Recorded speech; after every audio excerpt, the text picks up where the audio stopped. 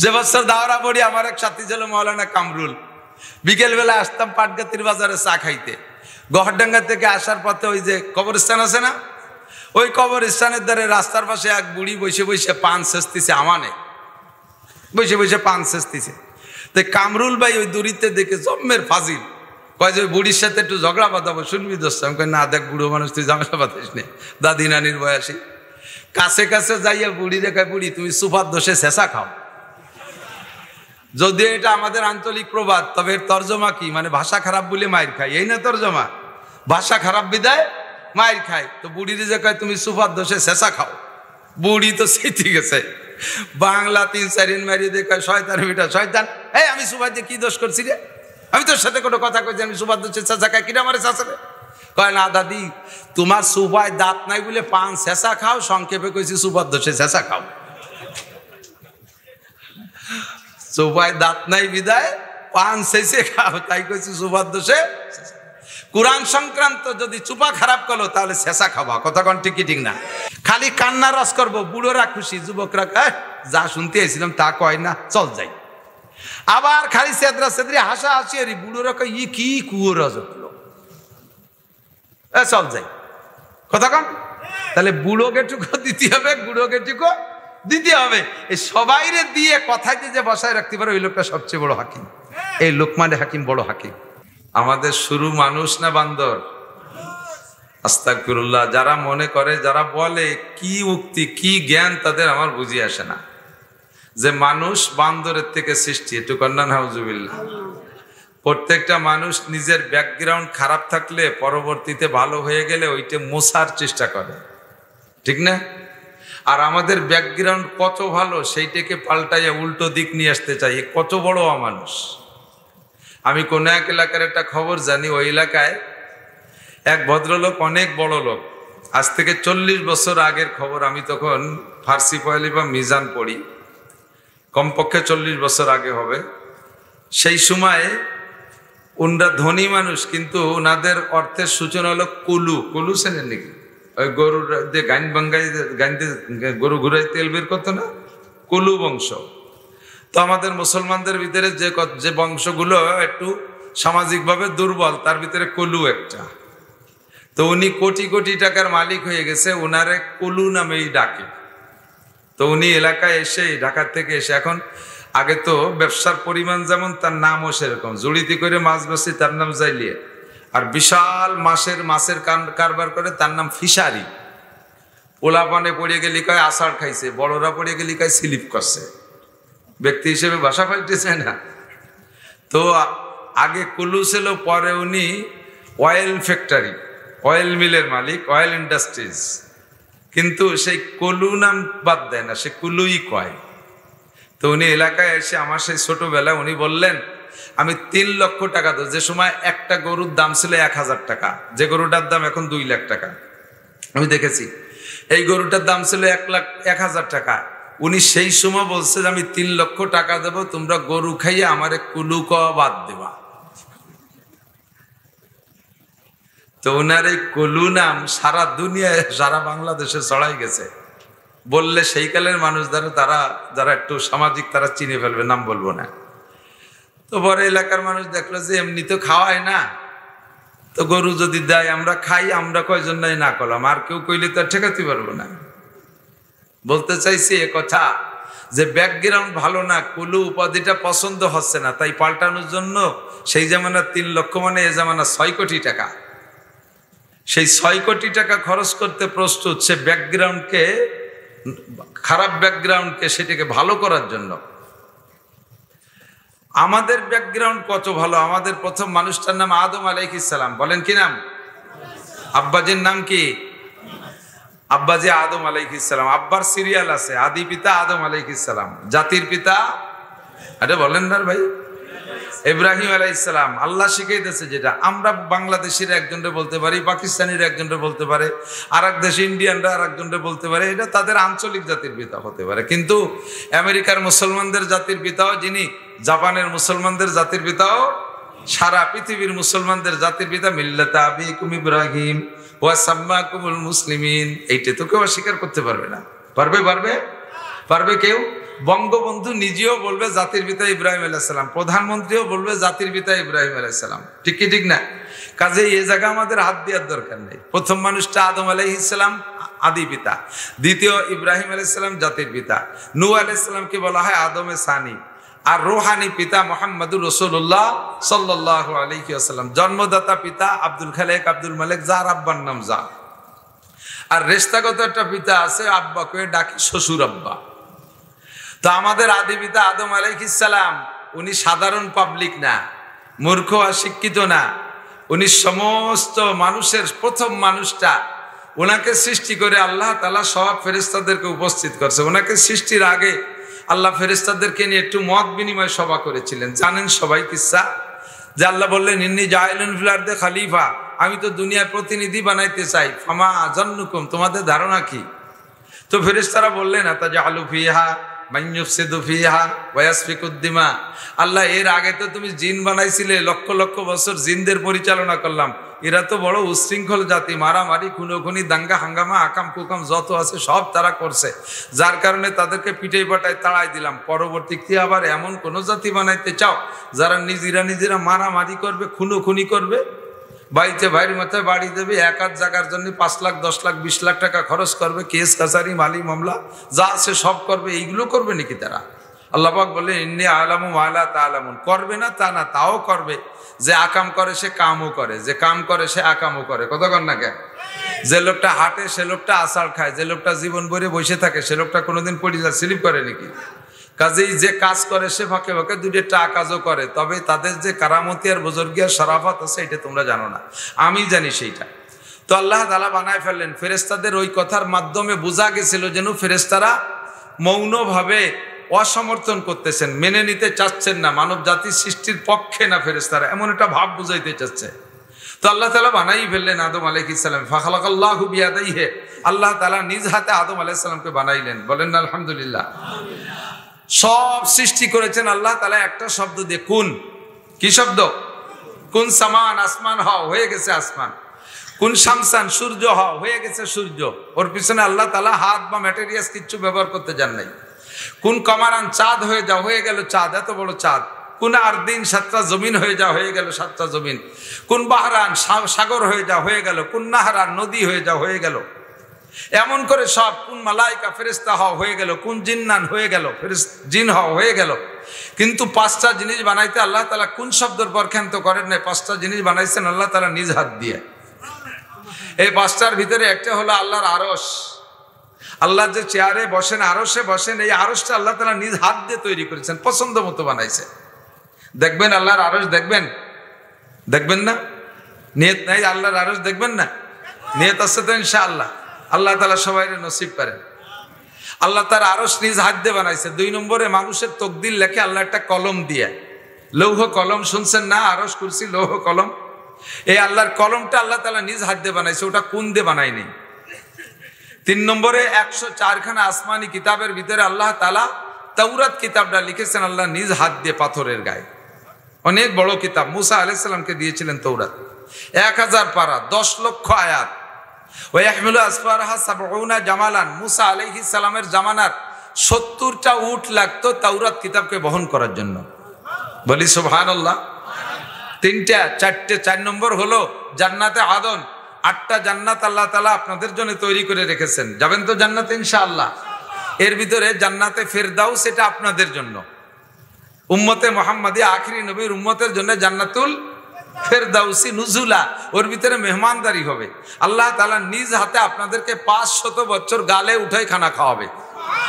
এটা হবে জান্নাতুল ফেরদাউসের ভিতরে, এটা অন্য কোনো জান্নাতে হবে না। আবার সাথে সাথে একটু বলে যাই, জান্নাতুল ফেরদাউসে যারা যাবে ওয়াইল দোজখেও তারা যাবে। এই নবীর উম্মত ছাড়া অন্য কোন নবীর উম্মত ওয়াইল দোজখে যাবে না। আবার এই নবীর উম্মত ছাড়া জান্নাতুল ফেরদাউসে অন্য কোন নবীর উম্মত যাবে না।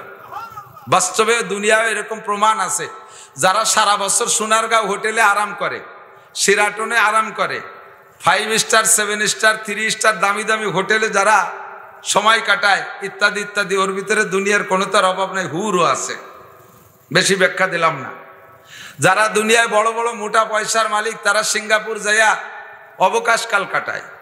তারা থাইল্যান্ড যায়, তারা মালয়েশিয়া যায়, তারা বোম্বে যায়, লন্ডন যায়, বিদেশে দামি দামি বিদেশ যায় অবকাশকাল কাটায়। সেই সমস্ত মানুষগুলোই আবার বেকায়দায় পড়ে গেলি বাংলাদেশের সবচাইতে খারাপ জেলখানায় তাকেই রাখে। কতক্ষণ না কেন? সবচেয়ে মারাত্মক সেল আবার তাকে জন্য। যারা দামি দামি জায়গায় কাটাইছে তারা সবচাইতে খারাপ জায়গাও তাদের জন্য। আমরা সাধারণ পাবলিক গ্রাম গায়ের ভাঙ্গাচোরা ঘর বাড়িতে থাকি, আগানে বাগানে পায়খানা করি, আমাদের পায়খানারও অত ডক নেই, আমাদের আরামাইশের অত ডক নেই। আল্লাহর রহমতে আমাদের জেলখানা অত কঠিন না, আমাদের জেলখানা বাড়ির ধারে গোপালগঞ্জ। অত বাড়ি একটা অসুবিধা হয় না, যে কোনো দিন যাই দেহি আসা যায়, না কি বলেন? তো এই নবীর উম্মতের জন্য জান্নাত হবে জান্নাতুল ফেরদাউস, বলেন সুবহানাল্লাহ। আবার আকাম যেটা করবে তার দোজখ হবে কোনটা? অয়েল দোজখ। দুইটাই মনে রাখতে হবে। তবে এই জান্নাতুল ফেরদাউস আল্লাহ তাআলা কোন শব্দ দিয়ে বানাইছে? 8টা জান্নাতের মধ্যে জান্নাতে আদন এইটা বানাইছে আল্লাহ তাআলা হাত দিয়ে। কেন বানাইছে? লম্বা হিকমত পর আরেকদিন বলা যাবে। 5 নম্বর যেটা বলবো বলে হাদিসটা বললাম সেটা হলো আল্লাহ তাআলা মানুষকে বানানোর সিদ্ধান্ত নিয়ে ফেরেশতাদেরকে একটা স্ট্রাকচার দিয়েছে, একটা ম্যাপ দিয়ে দিয়েছে, এইভাবে বানাও। তো ফেরেশতাদেরকে যতটুকু দায়িত্ব দিয়েছে তাহলে গলার নিচের টুক, এভাবে হাত বানাও, এভাবে পা বানাও, এখানে পেট বানাও, ওখানে পিঠ বানাও, ওখানে আরেকটা বানাও, পার্টসপাতি সব এভাবে সেট করো। সব সেট করা হয়ে গেছে। ফেরেশতারা বললে আল্লাহ আদমকে এইটুক। আল্লাহ বললেন না, আদম একে ওয়াটটুক হইলে হবে কেন, আসল টুকি তো বাদ রয়েছে, হেডলাইট, চোখ, তারপরে কান, যাদের শুনবে, কথা বলবে তা, খাবারের স্থান তা, নাক তা, মাথা, বুদ্ধি, এগুলো মুখমণ্ডল, একটা সুন্দর চেহারা হতে হবে, তা তো হয় নাই। আল্লাহ এইটুক কিভাবে বানাবো বলো? আল্লাহ পাক বললেন ওইটুক তোমরা পারবা না, ওইটুক তোমরা পারবা না। ওইটুকুর ভিতরে অনেক মডেলিং আছে। একে টাইমে পৃথিবীতে 1000 কোটি, 2000, 5000 কোটি মানুষ থাকবে। একটা মানুষের চেহারার সাথে আর একটা মানুষের মিল হবে না, কোনো না কোনো পার্থক্য থাকতেই হবে।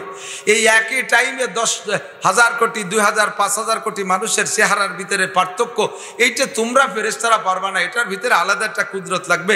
কাজেই ওইটুক অংশ, ওই অংশটুক আমি নিজ হাতে তৈরি করব। সমস্ত মানুষ, মুসলমান বলেন, হিন্দু বলেন, বুদ্ধ বলেন, খ্রিস্টান বলেন, কাফের বলেন, মুশরিক বলেন, বেঈমান বলেন, আস্তিক বলেন, নাস্তিক বলেন, যাই বলেন না কেন, সবই তো মানুষ, ঠিক না? সৃষ্টিকর্তা কে? শুধু মুসলমানের সৃষ্টিকর্তা আল্লাহ। হিন্দুদের সৃষ্টিকর্তা কে? বুদ্ধ খ্রিস্টানের সৃষ্টিকর্তা কে? এই জন্যই তো আমার বাড়ি মাঝে মাঝে ফকির আসে। খেয়াল করবেন, আমার বাড়ি মাঝে মাঝে ফকির আসে, মুসলমান ফকির প্রচুর আসে। আর ওই দূরের থেকে আশেপাশের বাড়ি ভিক্ষা করতে আসলে তারা ওই তাড়াতাড়ি আমাদের বাড়ি পাঠায়, দেখা হুজুর থাকতে থাকতে যাও, তাহলে একটু বেশি পাবা না। আর আইসিয়ে যখন ওইভাবে বলে আমিও কম দিতে পারি না। তো মুসলমান ফকির আসলে তার চাইতে আমি হিন্দু ফকিরকে বেশি দিই।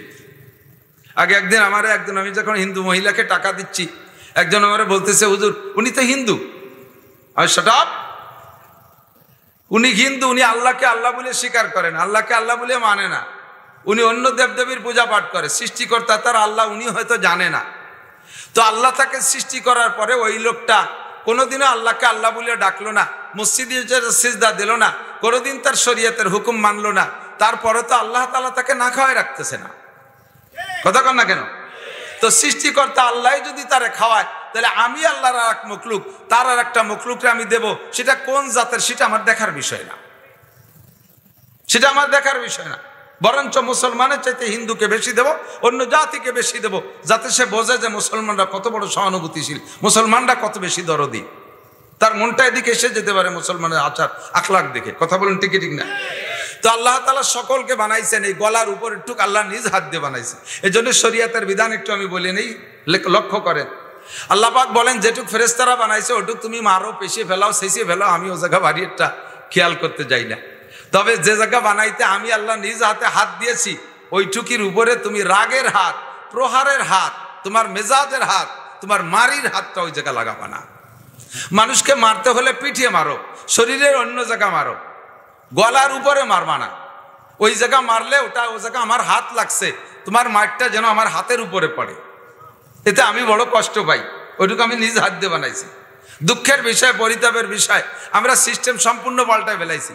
মানুষকে মারতে গেলে পয়লা মায়ের কোন জায়গা দেই? পয়লা বক্সির নাক বক্সায় ফেলতে হবে। লাঠি দিয়ে বাড়ি দিলি প্রথম বাড়িটা কোথায়? মাথায়, মাথা ফাটায় ফেলতে ফেলতে আর এদিক ওদিক লাগে না। গুলিটা করতে গেলে মাথাতে কে করে? আল্লাহ যেটুক নিষেধ করছে মারতে সেটুকির উপরে মারি। যা বলতে চাইছি তো ফাখালাকাল্লাহু আদমা বিয়াদাইহি, আল্লাহ তাআলা নিজ হাতে আদম আলাইহিস সালামকে বানাইছেন, বলি সুবহানাল্লাহ।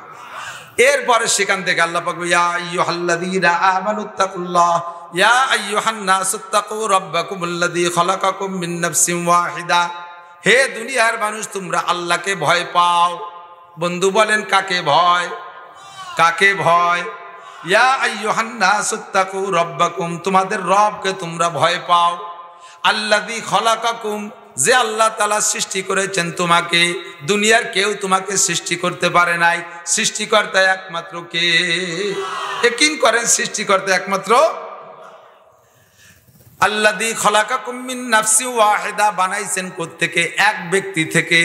মিন নাফসিন ওয়াহিদা, সমস্ত মানুষকে বানাইছেন এক ব্যক্তি থেকে। দিক তাকান, মেডিকেল সায়েন্সের বিজ্ঞানীরা গবেষণা করে বের করেছে একজন পুরুষের বীর্যপাত হয়, একবারে যে বীর্যপাত হয় তার ভিতরে আল্লাহ তাআলা মানুষ সৃষ্টির যে ভ্রূণ রেখেছে, একবারে যে বীর্যর ভিতরে যে পরিমাণ মানুষের জীবাণু জীব আছে, বীজ আছে, এইটি যদি বন্টন করে দেওয়া সম্ভব হতো, এই বর্তমান সময় একজন মানুষের একবারের বীর্য যদি বন্টন করে দেওয়া সম্ভব হতো, সারা পৃথিবীর মহিলাদেরকে 8 বার গর্ভধারণ করানো যেত।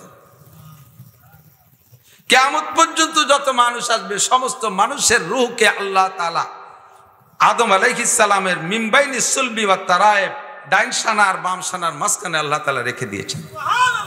সেখান থেকে ধীরে ধীরে ধীরে ধীরে পর্যায়ক্রমে আল্লাহ তাআলা যখন যাদেরকে পাঠানো মুনাসাব মনে করতেছেন, পছন্দ করতেছেন, সিস্টেম রেখেছেন, সেভাবে দুনিয়া পাঠাইছে। পাঠাইতে পাঠাইতে বর্তমান সময় আমরা এসেছি। আমাদের আদি পিতার নাম আদম আলাইহিস সালাতু ওয়াস সালাম, বলুন ঠিক কি ঠিক না? ফেরেশতাদের সামনে বানাইয়া ফেরেশতাদেরকে বলে উসজুদু লি আদম, আদমকে সিজদা করো। ফাসাদাল মালায়েকাতু কুল্লুহুম, ফেরেশতারা আর কোনো কথা নাই, উন্ডা কোনো যুক্তি তর্কের ধার ধারে নাই, সবাই সিজদায় পড়ে গেছে, বলেন সুবহানাল্লাহ। ইল্লা ইবলিস, কিসসা সবাই জানেন, শুধু ইবলিস সিজদা করে নাই, শুধু ইবলিস সিজদা করে নাই। এবার ফেরেশতারা যেহেতু মৌন অসমর্থন করেছিলেন আদম আলাইহিস সালামকে বানানোর ব্যাপারে, এই জন্য আদম আলাইহিস সালামের ফজিলত আর সম্মান প্রদর্শনের জন্য আল্লাহ তাআলা আদম আলাইহিস সালামকে আইনা ফেরেশতাদেরকে এনে কিয়ামত পর্যন্ত যত আবিষ্কার হবে, এই মোবাইল টোবাইল ক্যামেরা ট্যামেরা সবই ছিল, এ মাইক লাইট কারেন্ট মারেন্ট সব আল্লাহ তাআলা আদম আলাইহিস সালামের সামনে পেশ করেছে।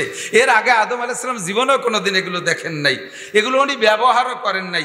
আল্লাহ তাআলা বললেন আম্বিনি বিআসমাই হাউলা, আদম ফেরেশতারা থাক, খেয়াল করেন ফেরেশতারা থাক, আগে তুমি বলো আম্বিনি বিআসমাই হাউলা, বলো তো এইটার নাম কি, এইটার নাম কি, এইটার নাম কি? হযরত আদম আলাইহিস সালাতু ওয়াস সালাম একে একে সব নাম বলে দিয়েছে, হাত্তাল কুসওয়াতে ওয়াল কুসিয়া ওয়াল ফুসওয়াতে ওয়াল ফুসিয়া। তাফসীরে জালালাইনের ভিতরে লেখে ছোট ছোট পেয়ালা, ছোট ছোট চামচ, এই আধুনিক কালের যে নতুন নতুন চামচ, এগুলো সব উনি নাম বলে দিলেন। ওয়াল ফুসওয়াতে ওয়াল ফুসিয়া বলতে গেলে একটু লজ্জা লাগে, বলবো বুঝেন নাই? এমন কি ফুসুয়া আর ফুসিয়া আমরা বাই সাড়ি 2 প্রকারের না, বাংলায় কা ঠাসপাদ আর হুসপাদ,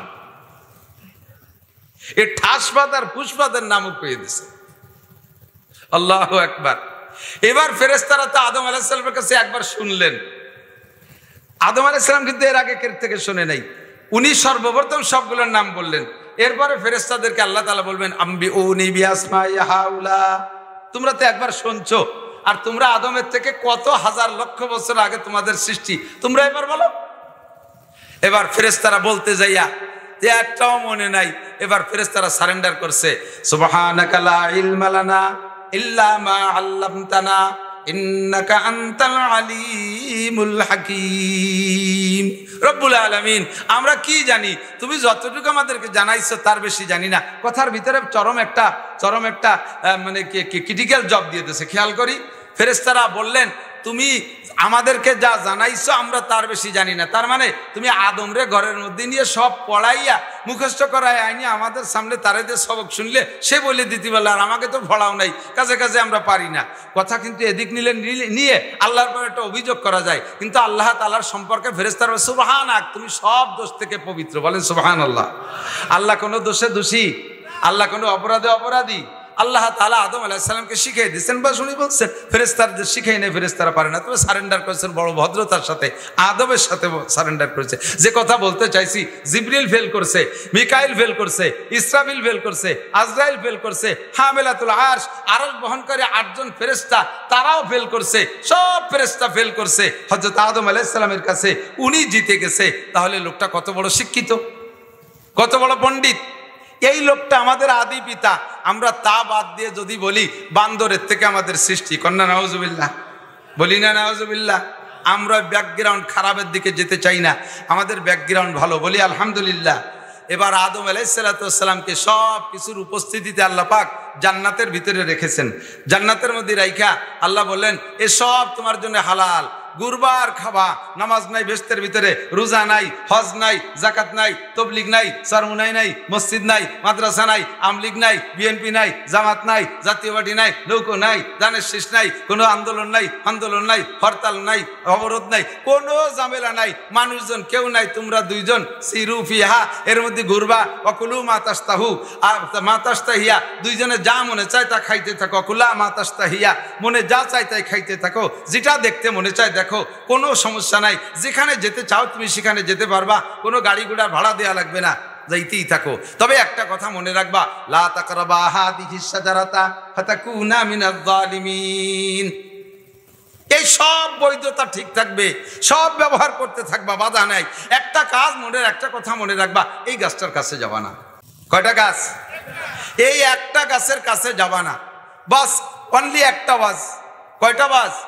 এই হাজার হাজার ওয়াজ না, আপনাদেরকে তো আমরা অনেক ওয়াজ করবো ইনশাআল্লাহ, বহু ওয়াজ আছে, জীবন ভরে শুনছেন, আরো শুনবেন।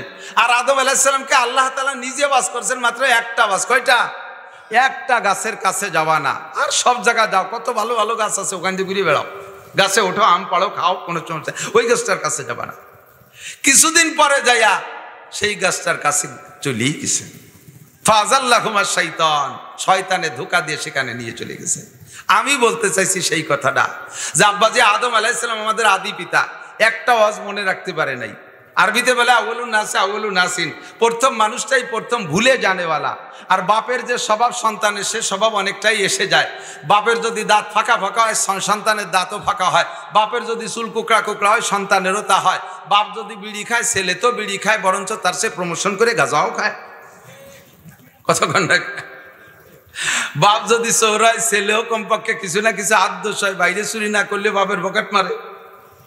তো বাপের যে স্বভাব সন্তানের মধ্যে তা আসে। আমাদের আব্বা যে আদম আলাইহিস সালাম একটা কথা মনে রাখতে পারে না, ভুলে গেছেন। আমরা সেই বাপের সন্তান, হাজার হাজার ওয়াজ মনে রাখবো কি কইরা? আমাদেরও ভুলে যাওয়াটা স্বাভাবিক। এই জন্য আল্লাহ পাক বলেন ওয়াযাক্কির, প্রত্যেক বছর নতুন নতুন করে গতবারের ওয়াজগুলো আবার স্মরণ করায় দাও। স্মরণ করায় দিলে লাভ কি? ফাইন্নাদ যিকরা তানফাউল মুমিনিন, স্মরণ করাই দিলে মোমেনের ইমান বাড়ে আর আমলের স্পৃহা বাড়ে। আপনি জানেন সব, আমি আজকে যা বলবো সবই আপনি জানেন, কিন্তু আমল না করার কারণ হলো এই দুনিয়া আমাদের উপরে এমনভাবে চেপে বসছে, প্রবলভাবে চেপে বসছে, যে দুনিয়ার চাপের কারণে আমাদের জানা কথাগুলো তলে চাপা পড়ে গেছে, উঠতে পারতেছে না। কতক্ষণ? এই জন্য বয়ানের মাধ্যমে নতুন করে একটু ঝালাই হয়। আল্লাহ পাক আমাদের সকলকে আজকের কথা আগামী 1 বছর পর্যন্ত, এমনকি হাত্তাল মৌত, মরণকাল পর্যন্ত এই আমলি কথাগুলো স্মরণ রাখার তৌফিক দান করে। সবাই বলি আমিন। আমরা মুসলমান, এদিক তাকান ভাই। প্রত্যেক জাতি গোষ্ঠীর কিছু ধর্মীয় গ্রন্থ আছে। আমার হিন্দু ভাইদের 3-4টে ধর্মীয় গ্রন্থ আছে। খ্রিস্টানরা পালন করে ইনজিল, খ্রিস্টানরা স্মরণ করে ইনজিলের। এহুদিরা স্মরণ করে তাওরাতের, হযরত মুসা আলাইহিস সালামের কিতাবের। আর জবুর কিতাবের অনুসারী কেউ আছে কি বলি আমার জানা নেই। তবে প্রত্যেক ধর্মাবলম্বী যারা, তাদের নিজস্ব ধর্মগ্রন্থ আছে। তো আমাদের ধর্মগ্রন্থটা বড় চ্যালেঞ্জযুক্ত ধর্মগ্রন্থ। কতক্ষণ? কেউ তার ধর্মগ্রন্থ নিয়ে চ্যালেঞ্জ করতে পারবে না। মাঝে মাঝে হিন্দু ভাইরা হিন্দুদের মধ্যে থেকে যথেষ্ট মুসলমান হয়ে গেছে। নবমুসলিম আমাদের বক্তারা আছে, ইনরা নবমুসলিম, উনরা ভালো ভালো শিক্ষিত। হিন্দুদের ধর্মীয় গ্রন্থের ভিতরে কোন কোন জায়গা দুর্বলতা আছে, সেগুলো উনরা মুসলমান হয়ে আবার উম্মতের সামনে তুলে ধরে যে এই জায়গা আছে। যেমন দুর্বলতা অন্য কিছু না, যেমন বলে যে গীতার ভিতরে এই আছে, যে গীতার ভিতরে আছে যে তোমরা মুহাম্মদ সাল্লাল্লাহু আলাইহি ওয়াসাল্লামকে শেষ নবী হিসেবে মেনে নেবা। মরু প্রান্তর একটা লোক আসবে, যেই লোকটার এই গুণ থাকবে তাকে তোমরা নবী বলে মেনে নেবা। এইটা তাদের ধর্মীয় গ্রন্থের মধ্যে আছে। উনরা যদি কথাটা মেনে নেয় কোনো সমস্যা নেই। কিন্তু উনরা বলেন যে না এটা গীতার মধ্যে নাই, এটা ধর্মীয় আমাদের ধর্মীয় গ্রন্থের মধ্যে নাই বলেও অস্বীকার করে। কিন্তু এমনভাবে যদিও অস্বীকার করেন তাহলে প্রমাণ হবে কি যে ওই গীতার ভাষায় এমন সুন্দর করে কেউ না কেউ তার ভিতরে রচনা করে ঢুকাই দিয়েছে, তার ভিতরে কেউ না কেউ সেট করে দিয়েছে। তা আপনাদের কিতাবটাকে এখন সংরক্ষণ করতে পারছেন না, মানুষে তার ইচ্ছা মতো এক একটা উক্তি তৈরি করে ওর মধ্যে ঢুকাই দেওয়ার সুযোগ আছে। আল্লাহর ফজলে আমার কোরআনের ভিতরে মিক্সার করার কোনো সুযোগ একটু বলেন আছে? একটা জের জবর, একটা নুক্তা, দাড়ি কমা, সেমিকোলনি কিচ্ছু পারবে না। একটা বাস্তব, ইউটিউবে তো সহজেই শুনে থাকেন, তারপর বাস্তবে একটা সামনের পর একটু বলি। আমাদের পাশের গ্রাম চন্দ্রদিঘিলের নাম তো অনেকে জানেন। চন্দ্রদিঘিলে এক ভদ্রলোক ইটালি থাকেন, উনি আসছেন বছর 3 আগে, এসে আমাকে বলতেছে ভাই ইটালি বসে আপনার ওয়াজ শুনি, দেশি বাংলা শুনতে ভালো লাগে, খুব শুনি। তো আমি মনে করছি যে বাড়ি যে একটু দেখে আসবো আমাকে দেশি হুজুর কেমন, তাই আপনার সাথে জাস্ট সাক্ষাতে আসছি। এসে আমাকে বলতেছেন আপনার একটা ওয়াজ শুনেই দেই, একটা ওয়াজ শিখেই দেই, এবং খিলাফতি দিয়ে দিলাম, এই ওয়াজটা মানুষের কবেন, মাঠে ময়দানে বলবেন। আমি সেই হিসেবে ওনার অর্ডার পাইয়ে ওনার খিলাফতি হিসেবে আপনাদের কাছে শুনে। উনি বলেন ইটালিতে উনি যে ডিস্ট্রিক্টে থাকেন, উনি বলেন আমার ডিস্ট্রিক্টের ডিস্ট্রিক্ট প্রধান আমাদের দেশে ডিসি বলে। তো ডিসি সাহেব উনার কৌতূহল জাগছে, উনি খ্রিস্টান, উনার ভিতরে একটা কৌতূহল জাগছে যে আমি 4 ধর্মের বিতর্ক অনুষ্ঠান করব। প্রসিদ্ধ ধর্ম তো 4টে চলতেছে, এই 4 ধর্মের একটা বিতর্ক অনুষ্ঠান করব। এর ভিতরে আমি দেখবো যে কোন ধর্ম আলাদা কেমন তর্ক করে জিততে পারে, কাদের ধর্মের শক্তি কেমন, এটা আমি উনি নিজে এটা সেখান থেকে নেবেন। এই উপলক্ষে উনি নিজের কায়দায় 3 ধর্মের 3 পণ্ডিতরে দাওয়াত দিয়েছে। অনুষ্ঠানটা হবে ওনার ডিসি অফিসে। আর আমার দায়িত্ব দিয়েছে, উনি বলতেছেন যে আমাকে দায়িত্ব দিয়েছে, আমার সাথে ডিসি সাহেবের সম্পর্ক ভালো, আমাকে দায়িত্ব দিয়েছে যে আপনি একজন আলেম খুঁজবেন মুসলমানদের ভিতরে, ইটালিতে যারা আছে তার ভিতর থেকে আনবেন, এই দায়িত্ব আপনার। দোভাষীর কাজ প্রয়োজন হলে আপনি করবেন, আর বাকি 3 জন আমি সংগ্রহ করতেছি। উনি খ্রিস্টানদের থেকে বড় একজন পাদ্রী সংগ্রহ করেছে, বুদ্ধদের থেকে বড় একজন বুদ্ধ সংগ্রহ করছে, হিন্দুদের ভিতর থেকে সত্যি একজন বড় শিক্ষিত পণ্ডিত সংগ্রহ করছে। এই 4 জনকে নিয়ে ওনার মজলিসে বসাইছেন, প্রত্যেকের সাথে সাথে লোক আছে। উনি বললেন সর্বপ্রথম হিন্দু ভদ্রলোকে দায়িত্ব দিয়েছে। ওনার বক্তব্যের সময় উনি বলছেন যে আপনি মন খুলে, কোনো লজ্জা নাই, কোনো ভয় নাই, আপনি যত কায়দায় পারেন আপনার হিন্দু ধর্মের সত্যায়িত করবেন। যত দলিল আছে আপনার মুখস্থ আছে, লিখিত আছে, আপনি রেফারেন্স দিয়ে দিয়ে বলবেন আমি কম্পিউটারে জমা করব, পরে আমি এগুলো আবার তাহকিক করব আপনি সত্য বলেছেন না মিথ্যা বলেছেন। পাশাপাশি আপনার বক্তব্যের ভিতরে এমনভাবে বলবেন যাতে সামনের 3 জন আর আপনার ধর্ম নিয়ে কোনো কথা বলতে না পারে, কোনটা পারলে পলায় চলে যাক ভয় পাইয়া, এমনভাবে বলবেন উন্মুক্ত। সত্যি হিন্দু ভদ্রলোক, শিক্ষিত মানুষ, বড় পণ্ডিত মানুষ, ধর্ম সম্পর্কে ভালো অভিজ্ঞতা। উনি যেভাবে বলছেন তার বক্তব্য হিন্দু ধর্মের সত্যায়িত সম্পর্কে, তার সঠিকতা সম্পর্কে, তার আদর্শ সম্পর্কে এমন বক্তব্য দিয়েছে আমি নিজেই ইমানের কাছে হেরে যাওয়ার মতো। আমার মনে হচ্ছে যে এই 3 জন কিছু বলতে পারবে না, আমাকে সবাই হিন্দুই হয়ে যেতে হবে আজকে, এমন একটা ভাব। সত্যি লোকটা বড় পণ্ডিত, লম্বা আলোচনা তো তা বলতে পারবো না। এরপরে ওনার বক্তব্য শেষ হলে জি আপনার হয়েছে, আর কিছু আছে, আপনি কিন্তু আর কোনো কথা বলতে পারেন, আপনি ফাইনাল এই পর্যন্ত বলে হ্যাঁ স্যার হয়েছে আমার। তো এরপরে বক্তব্য হলো বুদ্ধর, এই চায়নার নেড়া, উনার বক্তব্য।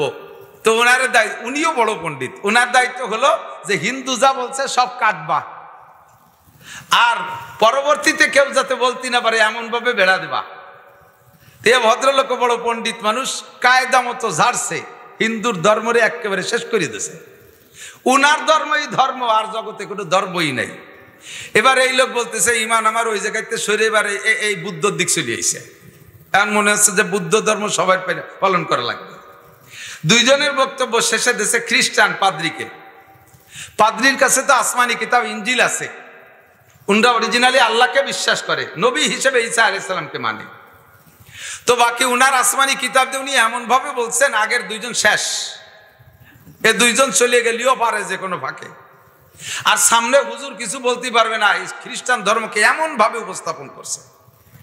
3 জনের বক্তব্য শেষমেশ দেশে হুজুর রে হুজুর আপনি বলেন। ডিসি সাহেব ভাবতেছেন যে হুজুর পালাবে, হুজুর হেরে যাবে, কারণ এই 3 জনের বক্তব্য কাটতে হবে, তারপরে ইসলাম ধর্মকে প্রতিষ্ঠিত করতে হবে, এটা পারবে না, ব্যর্থ হবে। তো হুজুর বললেন স্যার, খুতবা টুতবা শেষ করে একটু কোরআন শরীফের আয়াত মজার করে তেলাওয়াত করে বলতেছেন স্যার আমাকে যদি আল্লাহ 100 বছর হায়াত দেয়, এই মজলিসের সবাইরই যদি 100 বছর হায়াত দেয়, আমি 100 বছর পর্যন্ত প্রমাণ দিতে পারবো ইসলাম ধর্মই ধর্ম, আর কোনো ধর্ম নাই। এর জন্য 100 বছর পর্যন্ত আমি দলিল দিতে পারবো। আল্লাহ পাক আমার কাছে এত দলিল রেখে দিয়েছেন, আমি এত দলিল সংগ্রহ করতে পেরেছি। তবে এই হায়াতও কেউ পাবো না, এই সময়ও কেউ নেই। আজকের মজলিসটাও সীমাবদ্ধ, নির্দিষ্ট সময় শেষ হয়ে যাবে। আমি সংক্ষিপ্ত মাত্র একটা দলিল দেবো, একটা কথা। উনারা অনেক কিছু বলেছেন, আমি আর এত কিছু বলবো না। আমি মাত্র একটা কথা বলবো, স্যার উনাদেরও ধর্মগ্রন্থ আছে, আমারও ধর্মগ্রন্থ আছে। আমারটার নাম আল কোরআন, মুসলমানটা কি? আমারটার নাম আল কোরআন, উনাদেরও যার যার ধর্মগ্রন্থ আছে।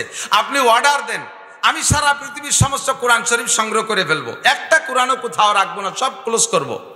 উনাদের যত ধর্মগ্রন্থ আছে সবগুলো এক জায়গায় একত্রিত করুক, আর এই সমস্ত চারি ধর্মের সমস্ত ধর্মগ্রন্থগুলো আপনি পোড়াই দেবেন অথবা সাগরে ডুবোই দেবেন। এরপরে আপনি অর্ডার দেন, প্রত্যেকে যার যার ধর্মগ্রন্থ হুবহু লিখে দিতে পারবে। কে কে অর্ডার দেন, হুকুম দেন, কে কে পারবে? যে পারবে তারটা সঠিক, যে পারবে তারটা সঠিক, যে পারবে না তারটা ফেল। স্যার এবার বললেন, এই আপনারা 3 জন বলেন, পারবেন আপনাদের ধর্মগ্রন্থ সব পোড়াই দেওয়ার পরে আবার লিখে দিতে পারবেন? কয় স্যার আপনার পায়ে ধরি, আমাকে ঠকাজিতা নিয়ে আমাদের কোনো মিডিল টিডিল নেওয়ার দরকার নাই, আমাকে বই কোরআন পোড়াইয়েন না। হুজুর বললেন আমার সব কোরআন পোড়াই দেন, আমাকে মাত্র 1 ঘন্টা সময় দেবেন, ইনশাআল্লাহ বিসমিল্লাহির রহমানির রহিম আলহামদুলিল্লাহি রাব্বিল আলামিন থেকে নিয়ে মিনাল জিন্নাতি ওয়ান নাস সূরা নাসের শেষ আয়াত পর্যন্ত 6666 আয়াত, 30টে পারা, 114টা সূরা, যেখানে যেমন আছে হুবহু সেখানে তেমন করে আমি 1000 কপি কোরআন শরীফ হাতে হাতে লিখে দিতে পারবো ইনশাআল্লাহ। আমার এই একটাই দলিল আমার ধর্ম সঠিক হওয়ার জন্য। দালিকাল কিতাবুল লা রাইবা ফি, এই কিতাবের মধ্যে কোনো সন্দেহ আপনাদের আছে? এর ভিতরে কোনো পরিবর্তনের দরকার আছে? আমাদের এক নেতা কিছুদিন আগে এক কথা কইয়া মহাবিপদে বেরো, কোরআনের মধ্যেও সমস্যা আছে। একটু কন্যা নাউজুবিল্লাহ, কোরআনের মধ্যে যে কয় সমস্যা আছে, এখন তার মধ্যে সমস্যা আছে না নাই? হাও কথা কইয়া বিপদে পড়তে যাবা না, সুপারদোষে শেষা খাও। গোপের ডাঙ্গা পড়ছি, যে বছর দাওরা পড়ি আমার এক সাথী ছিল মৌলানা কামরুল। বিকেলবেলা আসতাম পাটগাতির বাজারে চা খাইতে। গহরডাঙ্গা থেকে আসার পথে ওই যে কবরস্থান আছে না, ওই কবরস্থানের ধারে রাস্তার পাশে এক বুড়ি বসে বসে পান ছেঁচতেছে, আমানে বসে বসে পান ছেঁচতেছে। তো কামরুল ভাই ওই দূরিতে দেখে জম্মের ফাজিল, কয় যে ওই বুড়ির সাথে একটু ঝগড়া বাঁধাবো, শুনবি দোস্ত? আমি কই না, দেখ বুড়ো মানুষ, তুই ঝগড়া বাঁধাস নে, দাদি নানির বয়সী। কাছে কাছে যাইয়া বুড়ি দেখায়, বুড়ি তুমি সুপার দোষে শেষা খাও। যদিও এটা আমাদের আঞ্চলিক প্রবাদ, তবে এর তর্জমা কি? মানে ভাষা খারাপ বলে মায়ের খাই, এই না তর্জমা? ভাষা খারাপ বিদায় মায়ের খাই। তো বুড়ির যে কয় তুমি সুপার দোষে শেষা খাও, বুড়ি তো সেটি গেছে বাংলা 3-4 মারিয়ে দিয়ে কয় শয়তান বেটা শয়তান, এই আমি সুপার দিয়ে কি দোষ করছি রে? আমি তোর সাথে কোনো কথা কইছি, আমি সুপার দোষে শেষা খাই, কিনা আমার শেষা? কয় না দাদি, তোমার সুপায় দাঁত নাই বলে পান শেষা খাও, সংক্ষেপে কইছি সুপার দোষে শেষা খাও। সোফায় দাঁত নাই বিদায় পান শেষে খাও, তাই কইছি সুপার দোষে। কোরআন সংক্রান্ত যদি চুপা খারাপ করলো তাহলে শেষা খাবা, কথা কোন ঠিক না? আমরা গোপালগঞ্জের মানুষ, আমলিক করি 99%, বলকে ধরে নেই 100% আমলিক করি, কিন্তু আমি কোরআনের উপরে আমলিক করি না, কথা কোন ঠিক না? আমার রসুলের উপরে আমলিক করি না, আমার রসুলের চেয়ে বড় কোনো নেতাকে আমি নেতা হিসেবে মানি না। আমার কোরআনের চাইতে ভালো কোনো সংবিধান জগতে যেই লেখুক না কেন, বঙ্গবন্ধু লেখুক, শেখ হাসিনা লেখুক, জিয়া লেখুক, ইরশাদ লেখুক, এ কোনোটার কোনো দাম নাই। আমার কোরআন সর্বশ্রেষ্ঠ সংবিধান বই, ঠিক না? যালিকাল কিতাবুল লা রাইবা ফি, আমরা এ ব্যাপারে সকলে একমত, ঠিক না? আল্লাহু আকবার। আমার কোরআন শরীফ আসমানি কিতাব, এর মধ্যে কোনো সন্দেহ নাই। সব কিছু কোরআনে আছে না নাই? আমার ব্যক্তি জীবনের সংবিধান কোরআনে আছে, কাজেই বেশি সংবিধান বানানোর দরকার নাই। আমার পারিবারিক জীবনের সংবিধান কোরআনে আছে, আমার অর্থনীতির সংবিধান কোরআনে আছে, আমার রাজনীতির সংবিধান কোরআনে আছে, সমাজনীতির সংবিধান আমার কোরআনে আছে, ব্যবসা বাণিজ্য আমার কোরআনে আছে, খেত খামার আমার কোরআনে আছে, বিয়ে করার কথা কোরআনে আছে, ছেলে মেয়ে প্রোটেকশন দেওয়ার কথা কোরআনে আছে। কোরআন আমার শুধু তিলাওয়াতের জন্য নয়, এ কোরআন হুদাল্লিল মুত্তাকিন, মানব জাতির রাহবারি করার জন্য, মানুষকে দুনিয়া অরিজিনাল মানুষ বানাইয়া সর্বশ্রেষ্ঠ জাতি হিসেবে পরিচয় দেওয়ার যোগ্যতা দেওয়ার মতো কিতাব কিতাব একমাত্র কোরআন, এটা শুধু সামান্য কয়েকটা আমলের পর সীমাবদ্ধ নয়। ও দোস্ত, অন্য ধর্মাবলম্বী ভাই যারা আছেন তারা একটু বলতে পারবেন।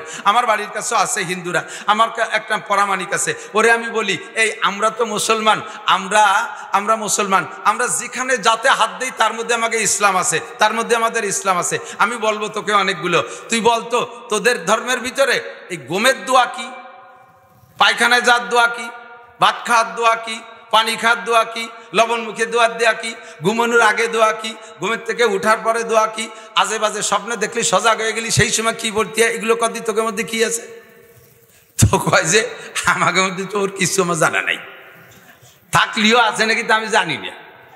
আমি যে আমাদের ভিতরে শোন, সব জায়গায় আমার ইসলাম, ঘুমোনে বিছানায় যাব তার আগে আমাদের ইসলাম আছে না নাই? দোয়া কি? ঘুমের দোয়া কি? আল্লাহুম্মা বিসমিকা আমুতু ওয়া আহইয়া, আছে না নাই? তরজমা কি? আল্লাহ তোমার নামে মরি, তোমার নামে বাঁচি। ঘুম হলো মরণ। ঘুম কি? আমুতু মানে মরিতেছি, এই ঘুম হলো মরণ। ডাইরেক্ট মরণ না আংশিক মরণ, এটা হলো মরণের সাদৃশ্য। ঘুমও মরণ হয়ে গেলে মানুষ যেমন দুনিয়ার কিছু টের পায় না, ঘুমের মধ্যে মানুষ দুনিয়ার কিছু টের পায় না। কথা বলুন ঠিক ঠিক না? এটা মরণের সাদৃশ্য। আল্লাহ এই মরণটা মরিতেছি আমি তোমার নামে। আবার সকালবেলা আমি ইচ্ছা মতো উঠতে পারবো না। আমার জানা আছে আত্মীয় স্বজনের ভিতরে হাজার হাজার মানুষ, দুনিয়ায় বহু খবর আমরা জানি।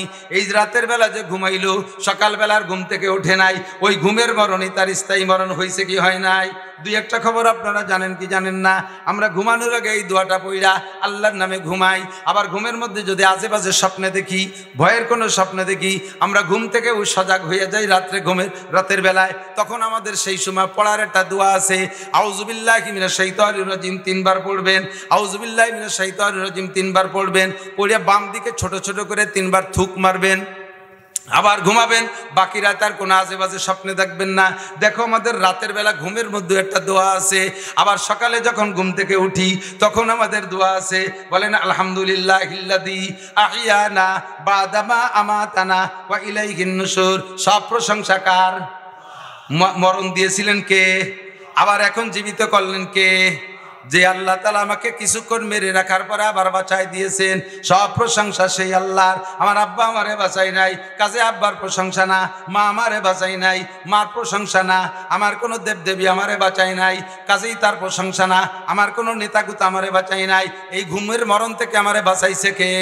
ওয়া ইলাইহিন নুশুর। যে আল্লাহ তাআলা কিছুক্ষণ মেরে রাখার পরে আবার আমারে বাঁচাই দিতে পারলেন, স্থায়ী মরণ দেওয়ার পরে হাসরের মাঠে সেই আল্লাহ আবার বাঁচাইতে পারবেন কি পারবে না?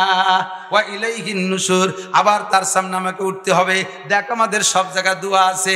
এরপরে যাব, উঠে যাবে ইস্তেঞ্জায়, ঘুমের থেকে উঠা বাথরুমে যাব। বাথরুমে যাওয়ার আগে দোয়া আছে, বিসমিল্লাহি ওয়া বারাকাতুল্লাহ। কি দোয়া? আল্লাহুম্মা ইন্নী আউযু বিকা মিনাল খুবুসি ওয়াল খাবায়েস। পায়খানায় গেলে, ও জায়গা গেলে শয়তানে ধোঁকা দেয়। বাথরুমের ভিতরে বসে নানান প্রকারের অন্যায় বিভিন্ন জন বিভিন্ন কায়দায় করে। এই জন্য পায়খানায় যাওয়ার আগে শয়তানের হাত থেকে পানা চাই। আল্লাহুম্মা ইন্নী আউযু বিকা মিনাল খুবুসি ওয়াল খাবায়েস। বাথরুমে ঢোকার ভিতরে আমার একটা সুন্নাত আছে, বাম পা দিয়ে ঢুকবো, 100 শহীদের সওয়াব। জোরে করেন সুবহানাল্লাহ। বাথরুমের মধ্যে ঢুকে যাইয়া বসবো কোন কায়দায়? তাও আমার নবী শিখাই দিয়েছেন, বাম পায়ের উপরে ভর দিয়ে বসবো। বাম পায়ের উপরে ভর দিয়ে বসলে পায়খানা ক্লিয়ার হয় ভালো। এটা মেডিকেল সায়েন্সওয়ালারা আবিষ্কার করছে, কিন্তু নবী বলছেন বাম পায়ের উপরে ভর দিয়ে বসো। এটা দেখ আমার ইসলাম পায়খানার মধ্যে আছে। এরপরে পায়খানার পরে 3টা ঢিলা ব্যবহার। পায়খানা করার সময় কট্টুক কাপড় খুলবা, লুঙ্গিটা খুলে আড়ের সাথে বাঁধাই দিয়ে বিড়িয়েরটা ধরাই দিয়ে পায়খানার দুমো আর বিড়ির দুমে একসাথে চুমুক দিবা। পায়খানায় বৈশা কিছু খাবেন না, এটা কুকুরেও খায় না। কথা কান? কুত্তয়ও যারা পায়খানায় বসে কিছু খায়, বিশেষ করে বিড়ি খায়, পান খায়, কুকুরে জানতে পারলি কুকুরেও তারা ধিক্কার দেয়। তুই মানুষ হইয়া পায়খানায় বসে খাইস কে? আমি তো কুত্ত হইও আগার সময় খাই না। জীবনেও কেউ কইতে পারবেন না যে কোনো কুকুর খাওয়ার সময় পায়খানা করে। পায়খানা করার সময় খায়, দেখছেন খায়। ও আগার সময় আগে, খাওয়ার সময় খায়। মানুষের পায়খানা করা বসে অবস্থায় বিড়ি খায়। লুঙ্গি খুলবেন, পরনের কাপড় খোলা ছাড়া বাথরুম করা যাবে না, এটা ঠিক, কিন্তু কতটুক পরিমাণ মতো খুলবেন, লজ্জা পাবেন। সম্পূর্ণ খুলে বাথরুম করলে কবিরা সগিরা কোনো গুনাহ নাই, কিন্তু নিজের ভিতরে হিসাব থাকতে হবে, আমার এই হালাতটা আমি দুনিয়ার কেউ না দেখলো কে দেখে? জোরে কর না। আমার এই বেসতর অবস্থা কে দেখে? আল্লাহ দেখে। তো আমার যতটুকু প্রয়োজন ততটুক। এবার বাথরুম সেরে আপনি 3টা ঢিলা ব্যবহার করেন। মেডিকেল সায়েন্সের বিজ্ঞানীরা এই ঢিলা নিয়ে গবেষণা করে তারা আবিষ্কার করেছে মুহাম্মাদুর রাসূলুল্লাহর সুন্নতের ভিতরে লাকাদ কানা লাকুম ফি রাসূলিল্লাহি উসওয়াতুন হাসানাহ, মুহাম্মাদুর রাসূলুল্লাহর প্রত্যেকটা আদর্শের ভিতরে, প্রত্যেকটা সুন্নতের ভিতরে মানব জাতির আদর্শ রয়েছে। যেমন জাগতিক লাভ তেমন পরকালীন লাভ, যেমন পরলৌকিক লাভ তেমন জাগতিক লাভও আছে। মাটির 3টা ঢিলা ব্যবহার করলে, এদিক তাকান, মাটির 3টা ঢিলা যদি কেউ নিয়মিত বাথরুমে ব্যবহার করে, মেডিকেল সায়েন্সের বিজ্ঞানী ডাক্তাররা আবিষ্কার করেছে ওই লোকটার মলদার জনিত কোনো রোগ তার কোনোদিন হবে না। আর 3টে ঢিলা ব্যবহার করার কারণে 100 শহীদের সওয়াব তার আখিরাতের জন্য কামাই হয়ে গেছে।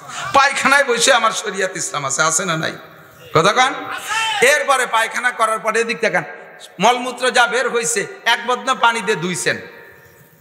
1 বদনা পানি দিয়ে ধোয়ার পরে ওই ময়লা মাখানো পানিটা তো আরো আশেপাশে মাখায় গেল। যদিও হাতের তৃপ্তি অনুযায়ী আমি পানি ব্যবহার করি, কিন্তু ওই পানি, মলমূত্র মাখানো পানিটা আমার শরীরের আরো বেশ খানিক জায়গায় মাখায় গেছে। তো যতটুকু জায়গা নাপাক করছিল পানি দিয়ে ধুইয়ে আরো বেশি জায়গা নাপাক পানি দিয়ে নষ্ট করে ফেললাম। এই পানি আমার কাপড়ে লেগে গেছে।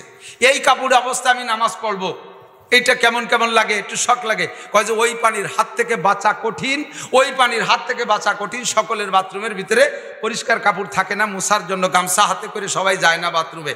কাজেই ওই পানির থেকে বাঁচা কঠিন বিদায় লা ইউকাল্লিফুল্লাহু নাফসান ইল্লা উসাহা। আমার কোরআনে আল্লাহ কয় তোমার শক্তির বাহিরে কোনো শরীয়ত চাপাই দেই নেই, শক্তির বাহিরে কোনো শরীয়ত চাপাই দেই নেই। আমি ফরজ করে দেই নেই যে ওই পানি মুছে আসতে হবে, ওই পানি কাপড়ে লাগলে তোমার নামাজ হবে না, এ কথা আমি বলি না, কারণ ওই পানির হাত থেকে বাঁচা কঠিন। তবে তবে তবে আমার মুরব্বী বাবারা, এদিক তাকান, যুবকরা তাকাও, প্রত্যেকে যদি নির্দিষ্ট বাথরুমে বাথরুম করি, বাথরুমের ভিতরে একটা শুকনো কাপড় রাখা উচিত। জরুরত ছাড়ার পরে আপনি শুকনো কাপড় দিয়ে আপনার শরীরের ভিজে জায়গাটা মুছে এরপরে পরনের কাপড়টা পরবেন। তারপরে আপনি ওযু বানায় নামাজে যাবেন। দেখবেন অন্য দিনের চাইতে আপনার আজকের নামাজের মধ্যে একাগ্রতা বেশি পাবেন, আপনার ইতমিনান খুশু বেশি পাবেন। আমার শরীয়ত কত কিছু শিক্ষা দেয়। হযরত সালমান ফারসি রাদিয়াল্লাহু, না ভুল বলছি, আব্দুল্লাহ ইবনে সালাম রাদিয়াল্লাহু তাআলা আনহু, খেয়াল করি, আব্দুল্লাহ ইবনে সালাম রাদিয়াল্লাহু তাআলা আনহু ইহুদিদের বহুত বড় একজন আলেম ছিল। মদিনায় তার বাড়ি। আমাদের দেশে যেমন বর্তমানে চরমনের পেশাব বছরে 2টা মাহফিল করেন, হাজার হাজার লক্ষ লক্ষ ভক্তবৃন্দরা যাইয়া লাখ লাখ কোটি কোটি টাকা দেয়, দেয় কি দেয় না? তা আব্দুল্লাহ ইবনে সালাম মদিনার ভিতরে ইহুদিদের বড় পীর ছিল। কোনো কামাই রোজগার করা লাগতো না, হাদিয়া খাইয়েই বেঁচে থাকতে পারতেন, বাচ্চা কাচ্চা নিয়ে খুব সুখে শান্তিতে ছিলেন। বিশ্বনবী মুহাম্মদুর রাসূলুল্লাহ যখন মদিনায় গিয়েছেন, আব্দুল্লাহ ইবনে সালাম রাদিয়াল্লাহু তাআলা আনহু নবী আলাইহিস সালাতু ওয়াস সালামের কাছে যাইয়া বিনয়ের সাথে স্বীকার করে বেলাইছে। উনি 3টে প্রশ্ন করার সিদ্ধান্ত নিয়েছে যে 3টে প্রশ্ন করবো মুহাম্মদকে, যদি উনি জবাব দিতে পারে তাহলে বুঝবো যে উনি নবী, আর যদি উত্তর না দিতে পারে তাহলে বুঝবো যে উনি ধোঁকাবাজ। এই 3টে প্রশ্ন নিয়ে আব্দুল্লাহ ইবনে সালাম নবী আলাইহিস সালামের সামনে যাইয়া প্রশ্ন করবেন, কিন্তু চেহারা দেখে ভুলে গেছে।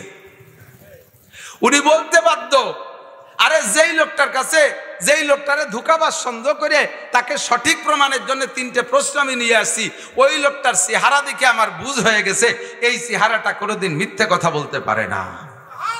আয-যাহিরু তাদুল্লু আলাল বাতিন, ভিতরটা কেমন বাহিরে অনেক সময় প্রমাণ করে। দোস্ত, মানুষের চেহারা দিতে তাকাইলে বোঝা যায়, চোরের চেহারা দেখলে টের পাওয়া যায়, গাঁজা খাওয়ালা দেখলে টের পায়, কথা কয় না? যুবক যারা, তোমরা যারা সাক্ষাৎ হয় ওকে সাথে সত্যি কথা কও, গাঁজা এবা যারা খায় তাকে দেখলে টের পাওয়া যায় না? শূন্য শূন্য টেনে দুল খায়।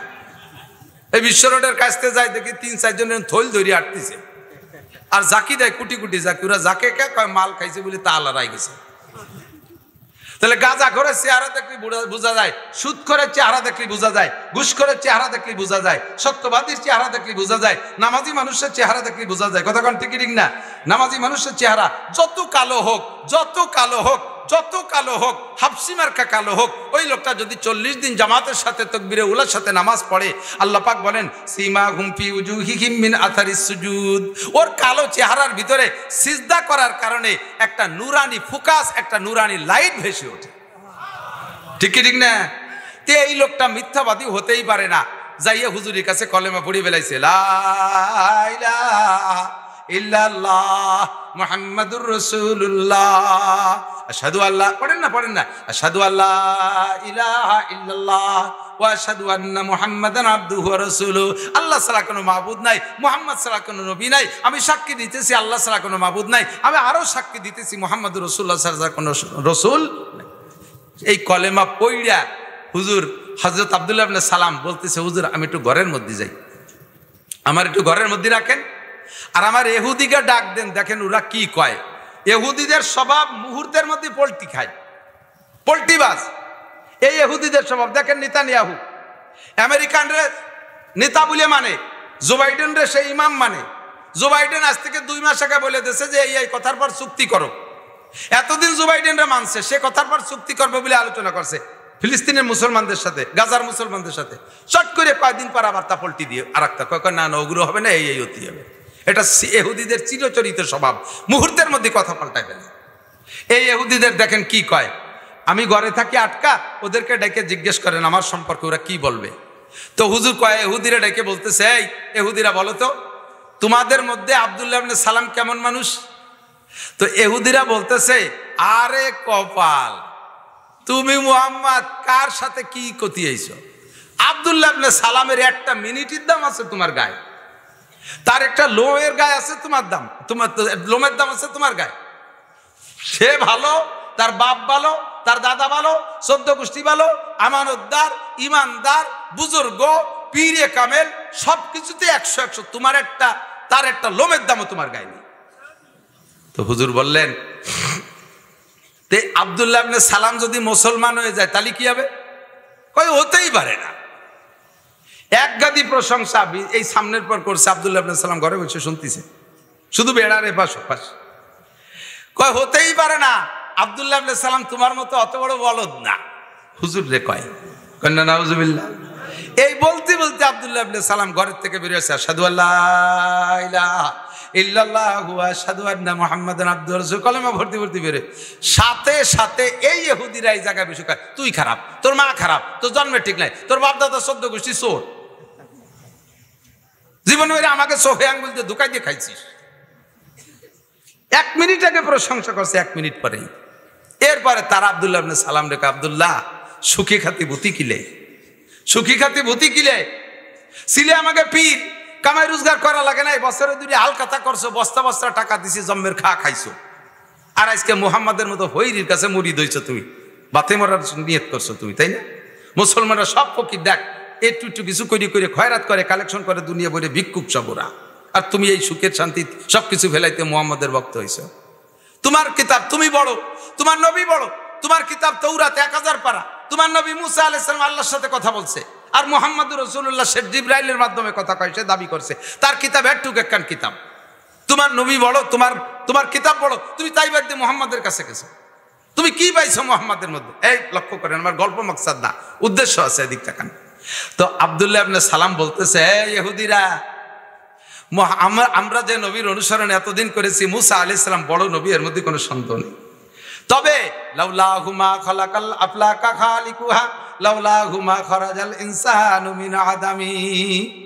এই নবী এমন নবী, এমন নবী, মুহাম্মদুর রাসূলুল্লাহ এমন নবী, যেই নবীরে না বানাইলে ওরে মুসা নবীরে আল্লাহ বানাইতেন না, যেই নবীরে না বানাইলে ঈসা নবীকে আল্লাহ বানাইতেন না, যেই নবীরে না বানাইলে দাউদ আলাইহিস সালামকে বানাইতেন না, যেই নবীরে না বানাইলে আদম নবীকে বানাইতেন না। আদম নবী আলাইহিস সালাম বলেন, আনা নবিয়্যুন ওয়া আদামু বাইনাল মাই ওয়াত তিন, আমি সেই সময় নবী যখন আদম নবী মাটির মধ্যে আর পানির মধ্যে কাদা কিচড়ের মধ্যে ছিল। আল্লাহ নবী বলেন, আমি নবী হয়ে আসার পরে যদি সব নবীকে আল্লাহ তাআলা আর একবার দুনিয়ায় পাঠায় দেয়, আদম থেকে ঈসা পর্যন্ত 2.5-3 লক্ষ নবী রাসূলকে যদি আল্লাহ পাক আবার দুনিয়ায় পাঠাইয়া দেয়, আমি নবী হয়ে আসার পরে সমস্ত নবীরা যার যার শরীয়ত বাদ দিয়ে আমার কলেমা পড়া আমাকে নবী স্বীকার করা ফরজ হয়ে যাবে, আমার কিতাব মানা ফরজ হয়ে যাবে। তাওরাত তারা পড়তে পারবে না, আমল করতে পারবে না, ইনজিল তারা পড়তে পারবে না, আমল করতে পারবে না, জবুর তারা পড়তে পারবে না, আমল করতে পারবে না। তারা আমাকে নবী মানতে হবে, আমার কিতাব তাদের পড়তে হবে, আমার কিতাবের পর আমল করতে হবে। আরে মুসা নবী বড় নবী, আল্লাহর সাথে কথা বলছে, তবে দুনিয়ায় বসে আল্লাহর সাথে কথা বলছে। আর আমি যেই নবীর অনুসরণ করলাম, ওই নবীকে আল্লাহ পাক সুবহানাল্লাযী আসরা বিআবদিহি লাইলাম মিনাল মাসজিদিল হারাম ইলাল মাসজিদিল আকসা আল্লাযী বারাকনা হাওলাহু লিনুরিয়াহু মিন আয়াতিনা লিনুরিয়াহু মিন আয়াতি ইন্না ফি যালিক ইন্নাহু হুয়াস সামিউল বাসীর ওয়ান নাজমি ইযা হাওয়া মা দাল্লা সাহিবুকুম ওয়া মা গাওয়া মা ইয়ানতিকু আনিল হাওয়া ইন হুয়া ইল্লা ওয়াহয়ুন ইউহা আল্লামাহু শাদীদুল কুওয়া যু মিররাতিন ফাস্তাওয়া ওয়া হুয়া বিল উফুকিল আলা সুম্মা দানা ফাতাদাল্লা ফাকানা কাবা কাউসাইনি আও আদনা। আমার নবীকে আরশে আজিমে আল্লাহ তাআলা নিয়া সামনে বসাইছেন, ধনুকের রশি ধরে টান দিলে ধনুকের চটা দুই দিক দিয়ে মুখটা যেমন নিকটে চলে আসে, যত কাছে আসে আমার নবীর মাঝে আর আল্লাহর মাঝে অতটুকু দূর ছিল না, তার চাইতে নবী আল্লাহর বেশি কাছে চলে গেছে। মুসা নবী আল্লাহর সাথে কথা বলেছেন, নবী ছিলেন দুনিয়ায়, আল্লাহ আরশে আজিমে সেভাবে কথা বলেছে। আমার নবী মুহাম্মদুর রাসূলুল্লাহকে আল্লাহ আরশে আজিমে নিয়া সামনে বসাইয়া মা কানা বাইনাহু ওয়া বাইনাল্লাহি হিজাব, নবীর মাঝে আল্লাহর মাঝে কোনো পর্দা ছিল না, সামনের পর বসাইয়া আল্লাহ পাক কথা বলেছেন। এবার বলে ইহুদিরা মুসা নবী বড় না মুহাম্মদ নবী বড়? আল্লাহু আকবার। আরে মুসা নবী বলেছেন জান্নাত অনেক বড়, এটা কিতাবে পাইয়া পড়িয়ে বলছেন, আর জান্নাত বড় আমার নবী জান্নাতে যায় দেখে আসে। মুসা নবী বলছেন জাহান্নাম অনেক বড়, জাহান্নাম উনি দেখে আসেন নাই, উনি কিতাবে পড়িয়া তার থেকে তোমাদেরকে বলছে। আর এই মুহাম্মদ নবী জাহান্নামে যাইয়া দেখে আসছে। আসমান বিলা বিশাল বড়, মুসা নবী কিতাবে দেখে বলছে এই নবী 7টা আসমান পার করে আসছে। আল্লাহর আরশ অনেক বড়, মুসা নবী কিতাবে দেখে বলছে, আর এই নবী আরশে আজিমে যায় দেখে আসছে। আরে আল্লাহর কুরসি অনেক বড়, ওয়াসিয়া কুরসিয়ুহুস সামাওয়াতি ওয়াল আরদ, 7টা আসমান জমিন চেয়ারের নিচে ফেলে আছে, আল্লাহর চেয়ার এত বড়। ওই চেয়ারটা মুসা নবী কিতাবে দেখে বলছে, আর এই মুহাম্মদ নবী সেই চেয়ারের কাছে যাইয়া সরাসরি চেয়ার দেখে আসছে। কাজেই সব নবী চাইতে মুহাম্মদুর রাসূলুল্লাহ সব চাইতে বড়। সবকিছু নবী শিখায়, আর নবী মিসলুল ওয়ালিদি ওয়ালাদিহি। আরে আমাদের নবী এবার সব ফেলাইয়া এই নবীর কথা ওরা কয়, ধিক্কার দেয়, ইনি যদি বড় নবী হবে, ব্যঙ্গ করে কয়, ইনি যদি এত বড় নবী হবে তাহলে বড় বড় কথা কবে, ই ছোট ছোট কথা এগুলো কয় কে? গ্রাম এই প্রধানমন্ত্রী কবে প্রধানমন্ত্রীর মতো কথা, শহীদারে কবে শহীদারের মতো কথা, কথা কোন ঠিক না? তাহলে এ নবী দি বড় নবী বড় বড় কথা কয়, তা শহীদারের মতো কথা কয় কে? কি কয়? কয় যে না এর লোম সাফ করতে হবে, নখ কাটতে হবে, নিচের লোম সাফ করতে হবে, কুলুক করতে হবে, এই যে টুইটা এগুলো কয় কে? তো হযরত আব্দুল্লাহ ইবনে সালাম কয় চূড়ার দল, আর নবীও মিসলি ওয়ালাদিহি ওয়ালাদিহি, নবী হলেন সন্তানের জন্য আব্বার মতো, নবী হলেন সন্তানের জন্য আব্বার মতো। আব্বা যেমন সন্তানকে সব শিখায়, ভাত লুকমা মুখে দেওয়া শেখায়, শোয়া শিখায়, প্যান্ট পরা শিখায়, পেশাব শিখায়, পায়খানা শিখায়, এ কথা বলেন শিখায় কিনা? তো নবী আমাদেরকে সেই রকম শিখায়। ইয়াল্লিমুনা কুল্লা শাই, আমাদের নবী আমাদের সবকিছু শিক্ষা দেয়। হাত্তাল খেরা, লাস্টে বলছেন হাত্তাল খেরা, আমরা পায়খানায় কি বসবো, কিভাবে বসবো, তাও নবী আমাদেরকে শিক্ষা দিয়েছেন। কন্যা সুবহান। ছোটবেলায় আমার মুরব্বীরা সাক্ষী দেন, যারা এখনকার, এখন তো সবকিছু আপডেট হয়ে গেছে, সবকিছু উন্নত, ঠিক কিনা? এই আগে খেয়াল করে না, আগে ঘরের মধ্যে বসে আপনারা গল্প করতেন, যদি এর মধ্যে কেউ বাথরুমের প্রয়োজন হতো, পায়খানা আসতো, কি বলতেন? তোরা বয় আমি একটু বাইরেতে আসি, ঠিক না?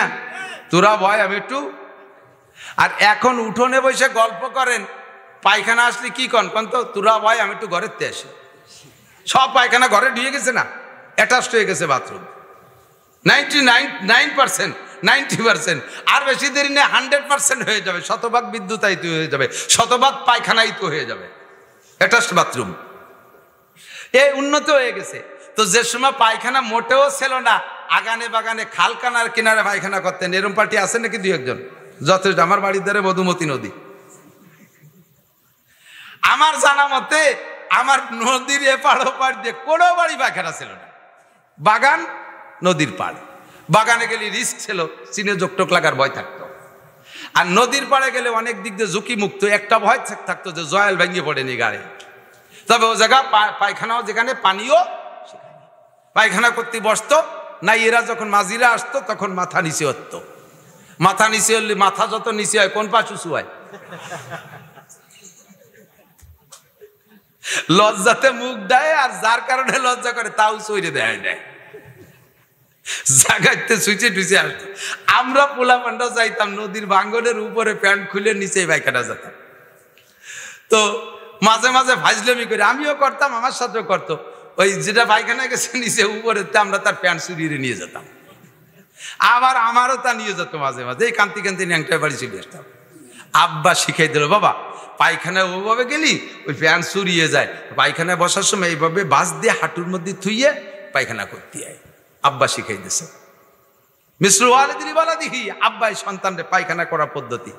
পায়খানা করে মাঠের মধ্যে পায়খানা করতেন, পানি না পালি কি হতেন কোনদিন মনে আছে? আতালির পর ফাঁসা কইছে 3-4 রাত চলে যেতেন, প্যান্ট ফুটি বাড়ি চলে আসতেন। আব্বা কয় ওয়া করিস নে, শামুক টামুক থাকতে পারে, ভাষা কাটিয়ে যেতে পারে। এর নাম আব্বা, এর নাম কি? তো নবী মিসলু ওয়ালিদিল ওয়ালাদিহি, আমাদের নবীর সন্তানের জন্য আব্বার মতো আমাদের সব তা শিক্ষা দেয়। লুকমা কিভাবে মুখে দিবা, খাবার খাবার সাগুর সুগুর করে খাবা না, খাওয়ার সময় যেন কি বলা হয় শব্দ না হয়, তাহলে আর একজনের ঘৃণা লাগবে। বড় বড় লুকমায় খাবা না, গলা আটকে যাবে, এও শিক্ষা দেয়। পানি খাবা 3 নিঃশ্বাসে, প্রথমবারে এক ডোক খাবা যাতে লাইনটা ক্লিয়ার হয়, দ্বিতীয় বিসমিল্লাহ করে খাবা, এক ডোক খেয়ে পানি খেয়ে একটু আলহামদুলিল্লাহ বলো যে ক্লিয়ার, লাইনটা ক্লিয়ার করছেন কে? এসে আল্লাহর প্রশংসা করো। এরপরে মাঝেরটায় অর্ধেকের চেয়ে বেশি পান করে আবার নিঃশ্বাস ছেড়ে দাও। পানির ভিতরে নিঃশ্বাস ছাড়বা না, পানির গ্লাসের মধ্যে নিঃশ্বাস ছাড়বা না, এটা নবীর সুন্নাত। কারণ ভিতরে থেকে কার্বন ডাইঅক্সাইড বেরোইয়া পানির মধ্যে গেলে ওই পানিটা দূষিত হয়, ওইটা পান করলে ক্ষতি হয়। আমার নবী 1500 বছর আগে সায়েন্স বিজ্ঞান আবিষ্কারের আগে এগুলো হাতে ধরে শিক্ষা দিয়েছে। ও দোস্ত, এরপরে লাস্টের বা সম্পূর্ণ পানি পান করে গ্লাসের বাইরে নিঃশ্বাস ছাড়ো, পান করে বলো ওয়াসাকাহুম রাব্বুহুম শারাবান তাহুরা, আল্লাহ পাক আমাকে শারাবে তাহুর, পবিত্র পানি আসমান থেকে পাঠিয়ে পান করাইছে। সকল প্রশংসা আলহামদুলিল্লাহ, প্রশংসা কার? আল্লাহর। ঠিক কি ঠিক না? কাজে আমার নবী আমাদের কোরআনের মধ্যে সব শিক্ষা দিয়েছেন, কিছু কোরআনের বাইরে নাই। অনেকে মনে করে, এদিক তাকান, অনেকে মনে করে যে হুজুররা যে মৌলবীরা রাজনীতি নিয়ে বর্তমানে নাচতিছে, আমাদের নেত্রীরে ঠগাই দিয়ে হুজুররা ক্ষমতায় যাবে বলে ফালাচ্ছে। হুজুররা দেশ চালাবে কিভাবে? এদিক নোটাক বাটুসকুত কথা হবে না। আমি কোনো জায়গায় রাজনীতির আগেও করি না, এখনো করি না, ভবিষ্যতেও করবো না। কিন্তু সমালোচনা যে জায়গা আছে করে থুয়ে যাই, সংশোধন হতে পারলে সফল হবে। আমি এই টুঙ্গিপাড়াই বলেছিলাম আজ থেকে 5-7-10 বছর আগে, সম্ভবত মাহফিল আওয়ামী লীগের 2য় টার্মে বলেছিলাম যে নেতারা আমার এই খবরটা একটু মাননীয় প্রধানমন্ত্রীর কাছে পৌঁছয় দিয়েন, মাননীয় প্রধানমন্ত্রীর কাছে পৌঁছয় দিয়েন। আর শক্তি থাকলে একটু পরামর্শ দিয়েন, যেন একটু আপনারা একটু প্রেসারও ক্রিয়েট করেন। গোপালগঞ্জে একটা আদর আল্লাহ প্রধানমন্ত্রীর কাছে বেশি আছে, কথাগুলো মানাইয়েন। 3টে দাবি করেছিলাম, এই 3টে দাবি যদি নেত্রী বাস্তবায়ন করেন তাহলে তার হাত থেকে কেউ কোনোদিন ক্ষমতা নিতে পারবে না, কেউ তার এগেনস্টে দাঁড়াইতে পারবে না। এমন 3টে প্রস্তাব আমি শিখিয়ে দিয়েছি। 1 নম্বর প্রস্তাব হলো, আপনারা বলবেন জাতীয় সংসদ থেকে মুসলমানদের জন্য নামাজকে বাধ্যতামূলক জাতীয় সংসদ থেকে বিল আকারে পাশ করতে হবে। কথা বলেন ঠিক ঠিক না? আপনারা একমত আছেন না?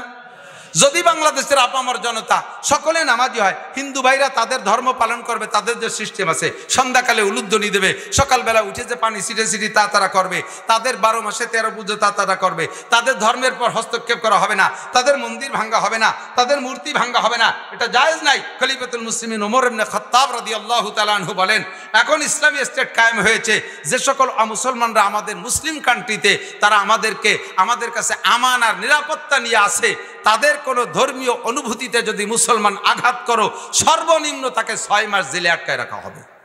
ইসলাম কত সুন্দর সিদ্ধান্ত দিয়েছে। কাজেই এদেশে মুসলমান ভাইরা ধর্ম নিরপেক্ষতার মানে হলো যে তারা তাদের ধর্ম পালন করবে, তারা তাদের ধর্ম পালন করবে, আমরা আমাদের ধর্ম পালন করব। কেউ প্রেসার দিতে পারবে না যে হিন্দুরা তোমরা তোমাদের ধর্ম পালন করতে পারবে না।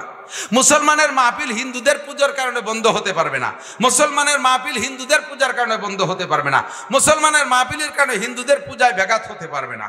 এভাবে সকলের স্বাধীনতা থাকবে ধর্মীয়। তবে মুসলমানদেরকে বাধ্যতামূলক সাবালেগ নারী আর পুরুষ স্কুল কলেজ ইউনিভার্সিটিতে সব জায়গায়, অফিস আদালতে, কল কারখানায়, ক্ষেত খামারে টুকাইয়া পুলিশের মাধ্যমে সাবালেগ নারী পুরুষকে নামাজটাকে বাধ্যতামূলক আদায় করেন।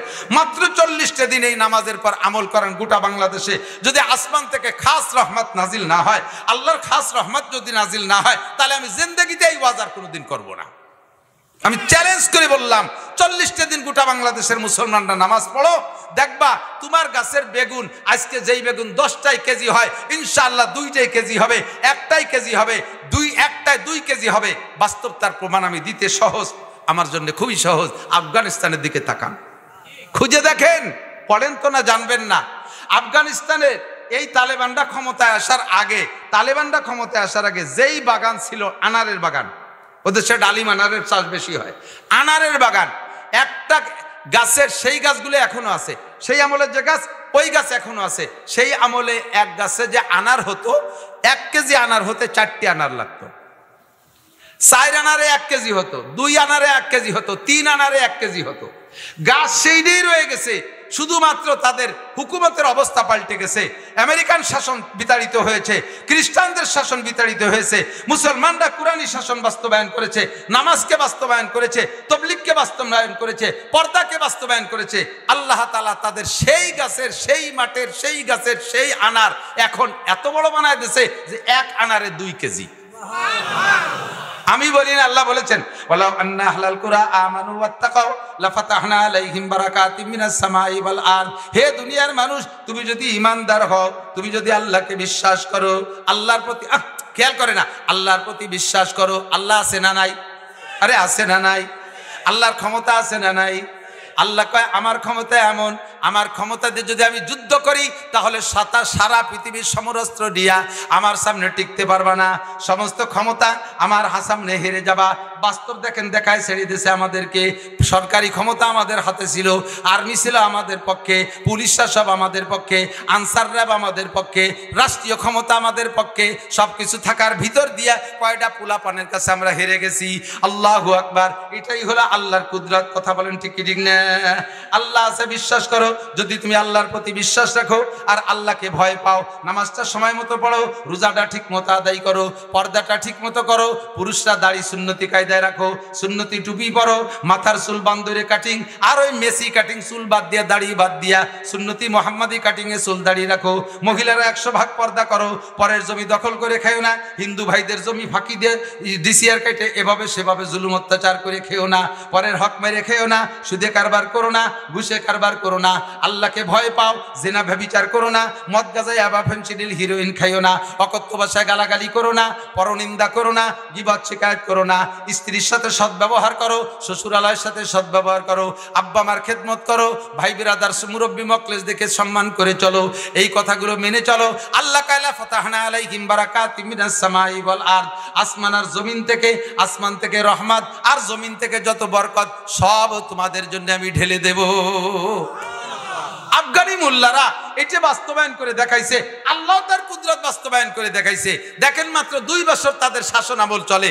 22 সালে তারা শাসন হয়েছে, 21 সালের শেষ দিক, আর এই 24 সাল চলতেছে। মাত্র 2 বছরে সারা পৃথিবীর যত দেশের টাকার দাম সবচেয়ে বেশি, তার ভিতরে রোল নাম্বার 3 হয়ে গেছে আমেরিকা।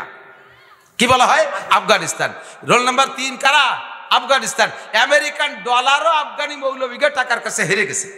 আর আল্লাহর ফজলে আমাদের টাকার মান দৈনন্দিন কমতে তালে আছে। সুবহানাল্লাহ। 13 সালে 20 টাকা দিয়ে 1 রিয়াল কিনছি সৌদি আরব হজে যাইয়া।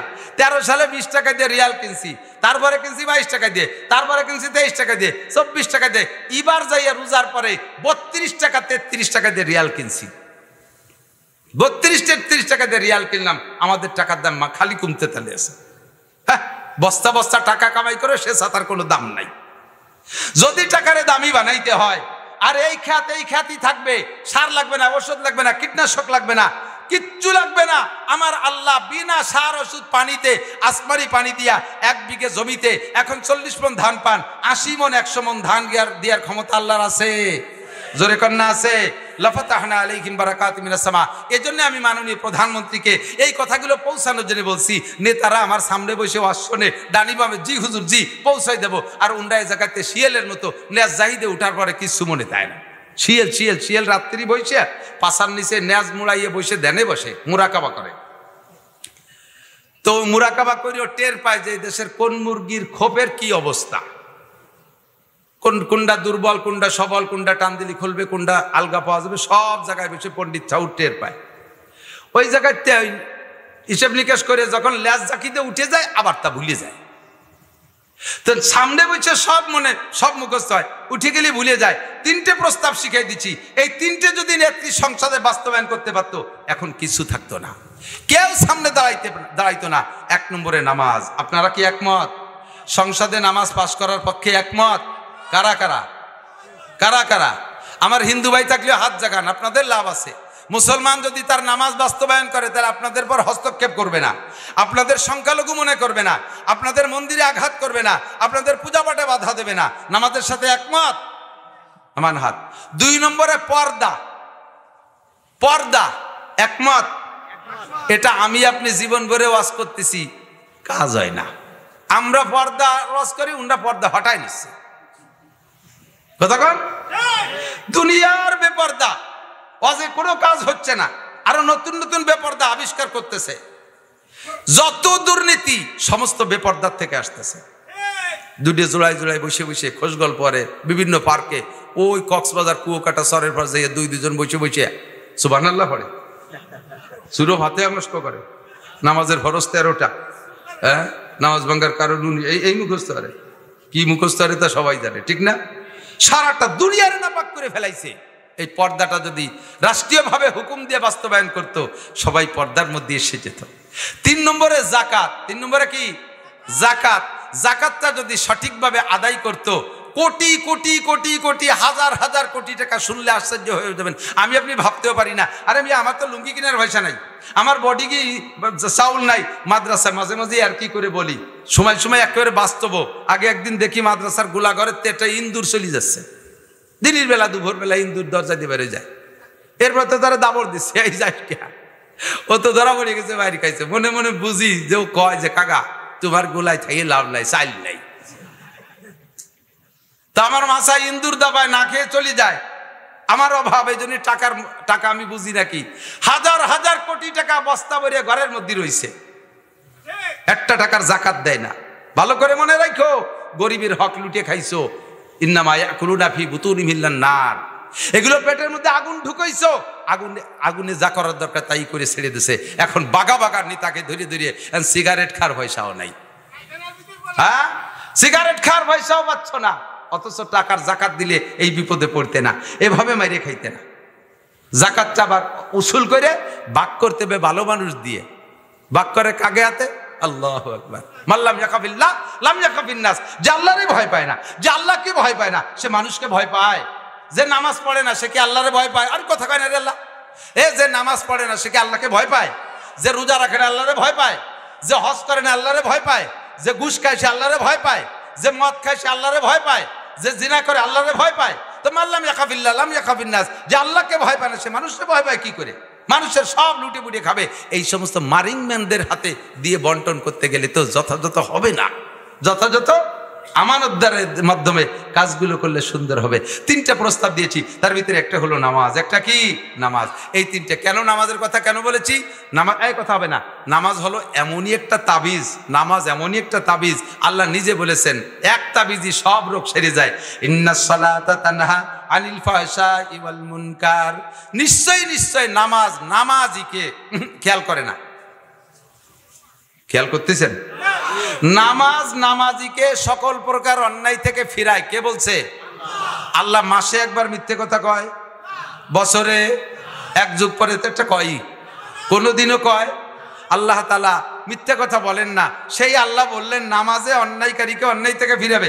কাজেই আমি জাতীয় সংসদীয়ভাবে এটা পাশের দাবি এজন্য করছি যে আমরা তো বক্তারা জীবন ভরে ওয়াজ করি, আমাদের ওয়াজ জায়গাতে শুনে উঠে যায়। এখনই আজান দিলে অর্ধেক লোক আইছিলাম একটু ওয়াজ শুনতে, তো আজান দিয়ে ঝামেলায় ফেলাই দিল। এই ওয়াজ শুনতে মজা লাগবে কিন্তু নামাজে মজা নাই। আর সরকারিভাবে যদি হুকুম দেয়, যে সরকারিভাবে কি নামাজ এইভাবে পিটাই পড়ানোর হুকুম আছে নাকি? আরে বেটা, হাদিস হলো পিটাইয়ে নামাজের হুকুম আমি দেই না, বিশ্বনবী দিয়েছেন। উলামায়ে কিরাম সাক্ষী দেবেন। ক্বালা রাসূলুল্লাহ সাল্লাল্লাহু আলাইহি ওয়াসাল্লাম মুরু সিবিয়ানাকুম বিসসালাতি ওয়া হুম আবনাউ সাবঈ সিনিন। তোমাদের বাচ্চাদের বয়স যখন হবে 7, তখন থেকে নামাজের অর্ডার করো। নামাজের অর্ডার 7 থেকে। কেন? সময় মতো নামাজ পড়তে হলে আগের থেকে প্রশিক্ষণ লাগবে না? 7 থেকে শিখাই নাও। আবার ফাঁকে আর একটা কথা কয়ে যাই, 7 আগে মসজিদে নিবানা বাচ্চাদেরকে। এসে গেছে একটু কয়ে যাই, এই জায়গায় একটা কথা থাকে। ছোট ছোট 2, 3, 4, 5, 6 বছরে, 4, 5 বছরে, 3, 4 বছরে পোলাপান দাদারা এইগুলো সাথে করে নিয়ে যায় পুতাপকে, নানারা নাতি সাথে নিয়ে যায়, ছেলের বাপে নিয়ে যায়। বয়স তার 3, 4 বছর। সে কি মসজিদের কিচ্ছু বোঝে? ওই সময় তারা নিয়ে যায়। সে যাইয়া মসজিদের কোনো তা বোঝে না।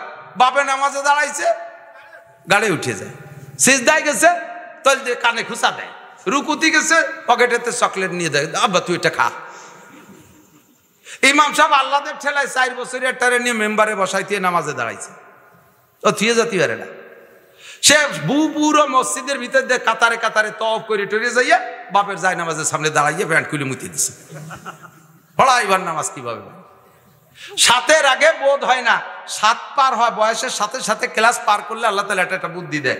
7-এর থেকে বাচ্চাদের একটু ডাইন বাম বোধ হয়, এই জন্য 7-এর থেকে নামাজ শিক্ষা দাও, 7-এ মক্তবে পাঠাও, 7-এর আগে পড়াতে যাও না। কেজি কিন্ডার গার্ডেনে 3, 4, 5 বছরে তার ডিম ইতে ফুটিয়ে বেরোচ্ছে, চোখ ফোটে নাই, তাই নিয়ে কেজিতে ভর্তি 10 খান বই দিয়ে দিছে। এর মাথার উপরে এতগুলো বই দিয়েছ, কি বুঝবে? ওই ছোটবেলায় যদি একবার মাথা ব্রেন সেট হিট হয়ে যায় আর কোনোদিন তারে পড়তে বলতে পারবেন না। ও যদি একবার পড়বো না, জাকিমের পড়বো না, ওর আব্বারে কয় তুই পড়িস নি তো আমি পড়বো কেন? কিন্তু 7-এর থেকে দেখবেন, এই 7-এর আগে বলবেন না, 7-এ গেলে বাচ্চাই নিজেই বলবে আব্বু আমারে বই কিনে দেন, স্কুলে ভর্তি করে দেন, আম্মু আমি কোন মক্তবে যাব, এই হুজুরির মক্তবে যাবো না, আমারে সেবারা কিনে দেন, আমি মক্তবে, সবাই যাচ্ছে আমারে পাঠায় না, এই গ্যান্ডর উঠবে। 7-এ গেলে তার পড়ার একটা স্বাদ আছে। এই জন্য হুজুর বলেন মুরু সিবিয়ানাকুম বিসসালাত ওহুম আবনাউ সাবঈ সিনিন, তোমাদের বাচ্চাদের বয়স যখন 7 তখন থেকে তাদেরকে নামাজের হুকুম করো, নামাজের প্রশিক্ষণ দাও। ওয়াজরিবুহুম আলাইহা ওহুম আবনাউ 10 সিনিন, বাড়তে বাড়তে বাচ্চার বয়স যখন হবে 10, কত? 10, ইজরিবুহুম, পিটেন দাও, আলাইহা, নামাজের কারণে। ওহুম আবনাউ 10 সিনিন, বাচ্চার বয়স যখন 10, নামাজের জন্য পিটেন দাও। তাহলে নামাজ পড়ার জন্য পিটেনের হুকুম আছে না নাই? আছে না নাই? ও দোস্ত 10-এ ক্লাসে ভালো রেজাল্ট কেন করলো না, তার জন্য পিটান দাও। অঙ্কে কেন ফেল করলো, তার জন্য পিটান দাও। ক্রিকেট কেন ভালো খেললো না, তার জন্য তিরস্কার করো। 10-এ কেন নামাজ পড়লো না, কোন আব্বা সন্তানদেরকে পিটেন দিয়েছেন একবার? তো আব্বারে যদি অর্ডার দেওয়া থাকে যে 10 বছরে পোলারে পিটাই নামাজ পড়ো, তাহলে সরকারের অর্ডার দেওয়া আছে কলেজের যুবকরে পিটাই নামাজ পড়াও, কলেজের যুবতীরে পিটাই নামাজ পড়াও, তারই দিয়ে পর্দা পিটাই করাও। হুকুম আছে কি আছে না? কথা বলেন, আছে না নাই? যদি এই কয়টা কথা সরকার পালন করতো, বাংলার জমিনে এগেরেস্টে কোনো দল সামনে দাঁড়াইতে পারতো না, কেউ আসতো না ইনশাআল্লাহ। আমল করাতে পারলাম না, যার কারণে ফেল করলাম, কায়দা মতো ফেল। আল্লাহ হেফাজত করুন, করে আমিন।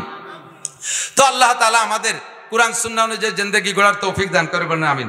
আমরা এবার নামাজ পড়বো তো ইনশাআল্লাহ, শরিয়াত মানবো তো ইনশাআল্লাহ, আমাদের যেখানে যেটা আছে সেটা পালন করবো তো। যে কথা বলতে যে অনেক দূর সরে যাই, বক্তাদের সিস্টেম যেটা কথা এসে গেলে চুটুক বলা লাগে। তো আমাদের ধর্মীয় গ্রন্থের নাম কি? আহা, কথা কয় না, লজ্জা পাচ্ছেন, ভয় লাগতেছে। আমাদের সংবিধান বইয়ের নাম কি? কোরআন ছাড়া অন্য কিছু মানি না, মানব না। বলেন, কোরআন ছাড়া অন্য কিছু। কোরআনের সংবিধান সব জায়গা চললে ভালো হবে না মন্দ হবে? আমার হিন্দু ভাইদেরকে একটু পরামর্শ দিয়ে যায়, আসেন হিন্দু ভাইরা আছে না, কমপক্ষে আওয়াজ তো যাচ্ছে, একটু খেয়াল করেন, এদিক দেখান। যদি কোরআনী হুকুম বাস্তবায়ন হয় কি লাভ হবে জানেন? আমি বলি, আমাদের কোরআনের বিধান হলো মুসলমান যদি ইসলামী হুকুমত হয়, যদি মুসলমান চুরি করে ধরা পড়ে, আসারিকু আসারিকাতু ফাকতু আইদিহুমা জাযাম বিমা কাসাবা নাকালাম মিনাল্লাহ, চোর সুন্নি যদি মুসলমান হয়, ধরা পড়ে, তাহলে প্রথমবার তার ডান হাতের কবজি কেটে দাও, দ্বিতীয়বার ধরা পড়লে বাম হাতের কবজি কেটে দাও, যাতে আর চুরি করতে না পারে, হাতের কাম শেষ। কিন্তু মুসলিম কান্ট্রিতে মুসলমান যদি কোরআনী হুকুম বাস্তবায়ন করে, তাহলে এই জায়গা সংখ্যালঘু অমুসলমান যদি থাকে, তারা যদি চুরি করে ধরা পড়ে, এই বিচার তাদের না, তারা আমাদের মেহমান, তারা কোরআনী সংবিধান মানে না, কাজেই তারা চুরি করলে তাদের হাত কাটা হবে না, তাদের জন্য শাসনের জন্য অন্য নরমাল বিচার। তাহলে মুসলিম কান্ট্রিতে মুসলমানের চাইতে অমুসলমানরা বেশি সুবিধা পায়, কথা কোন ঠিক না? মুসলিম কান্ট্রিতে কোরআনী হুকুম চালু হলে মুসলমানের চাইতে অমুসলমানরা বেশি সুবিধা পায়। দোস্ত 2 নম্বর আরেকটা শুনে নেন, আযানিয়াতু যানি ফাজলিদু কুল্লা ওয়াহিদিন মিনহুমা মিয়াতা জালদা।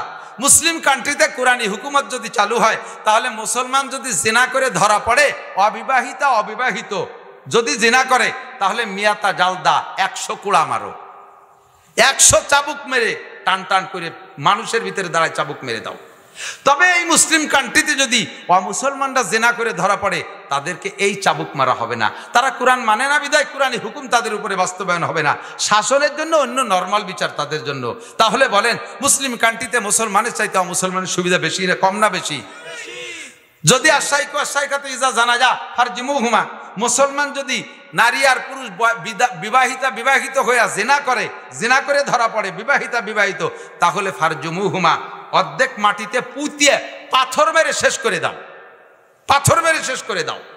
এই বিচার যদি মুসলমান অন্যায় করে তাহলে এই বিচার, ওই মুসলিম কান্ট্রিতে যদি মুসলমানরা জিনা করে ধরা পড়ে তাহলে তাদেরকে এ বিচার নয়। তাহলে বলেন মুসলিম কান্ট্রি ইসলামী হুকুমত চালু হলে মুসলমানের চাইতে ওই দেশে মুসলমানরা সুখে থাকবে বেশি, ঠিক ঠিক না?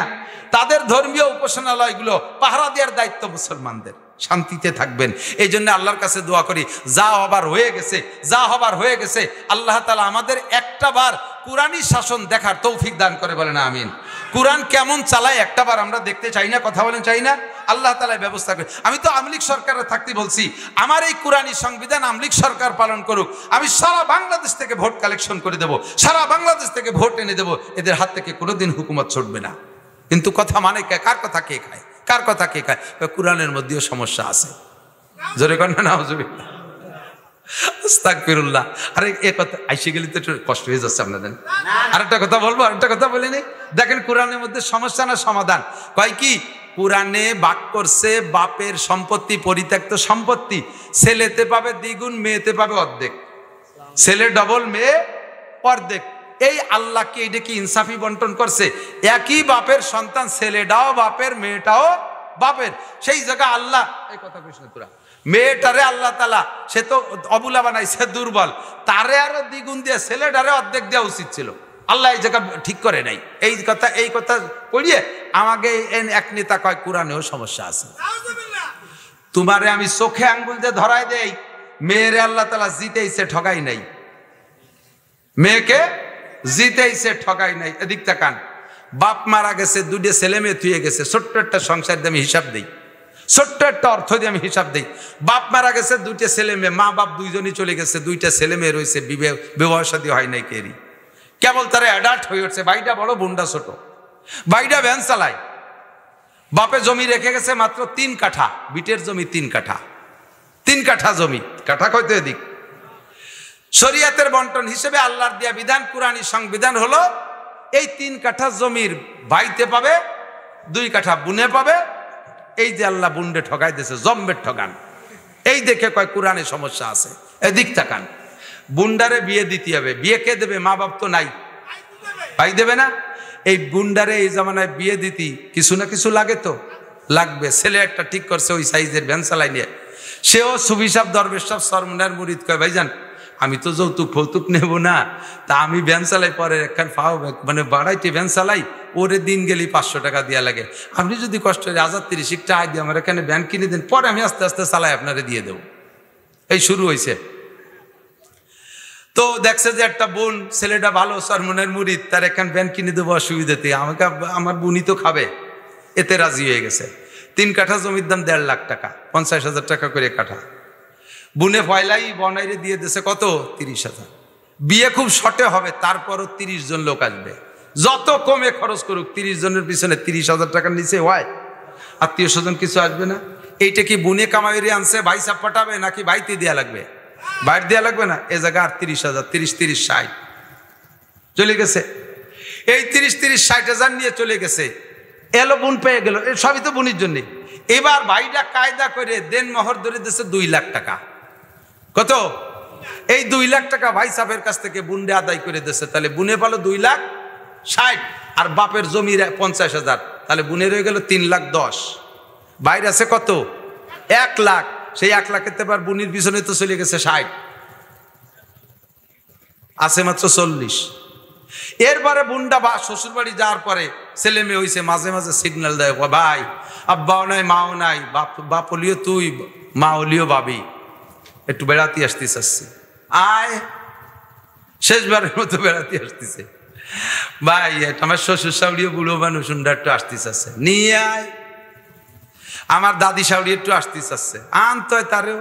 আমার নানি শাশুড়ি কর্ণে মরে কোয়া যায় না, বুড়ি একটু আসতে চাচ্ছে, শেষবার নিয়ে আয় সাথে। আমার 2টে ননদ আছে, ওরা একটু আসতে চাচ্ছে, আনতে হয় সাথে। নুন দিয়ে 2টিও কুন দিয়ে ভরছে, আন নিয়ে আয় সাথে।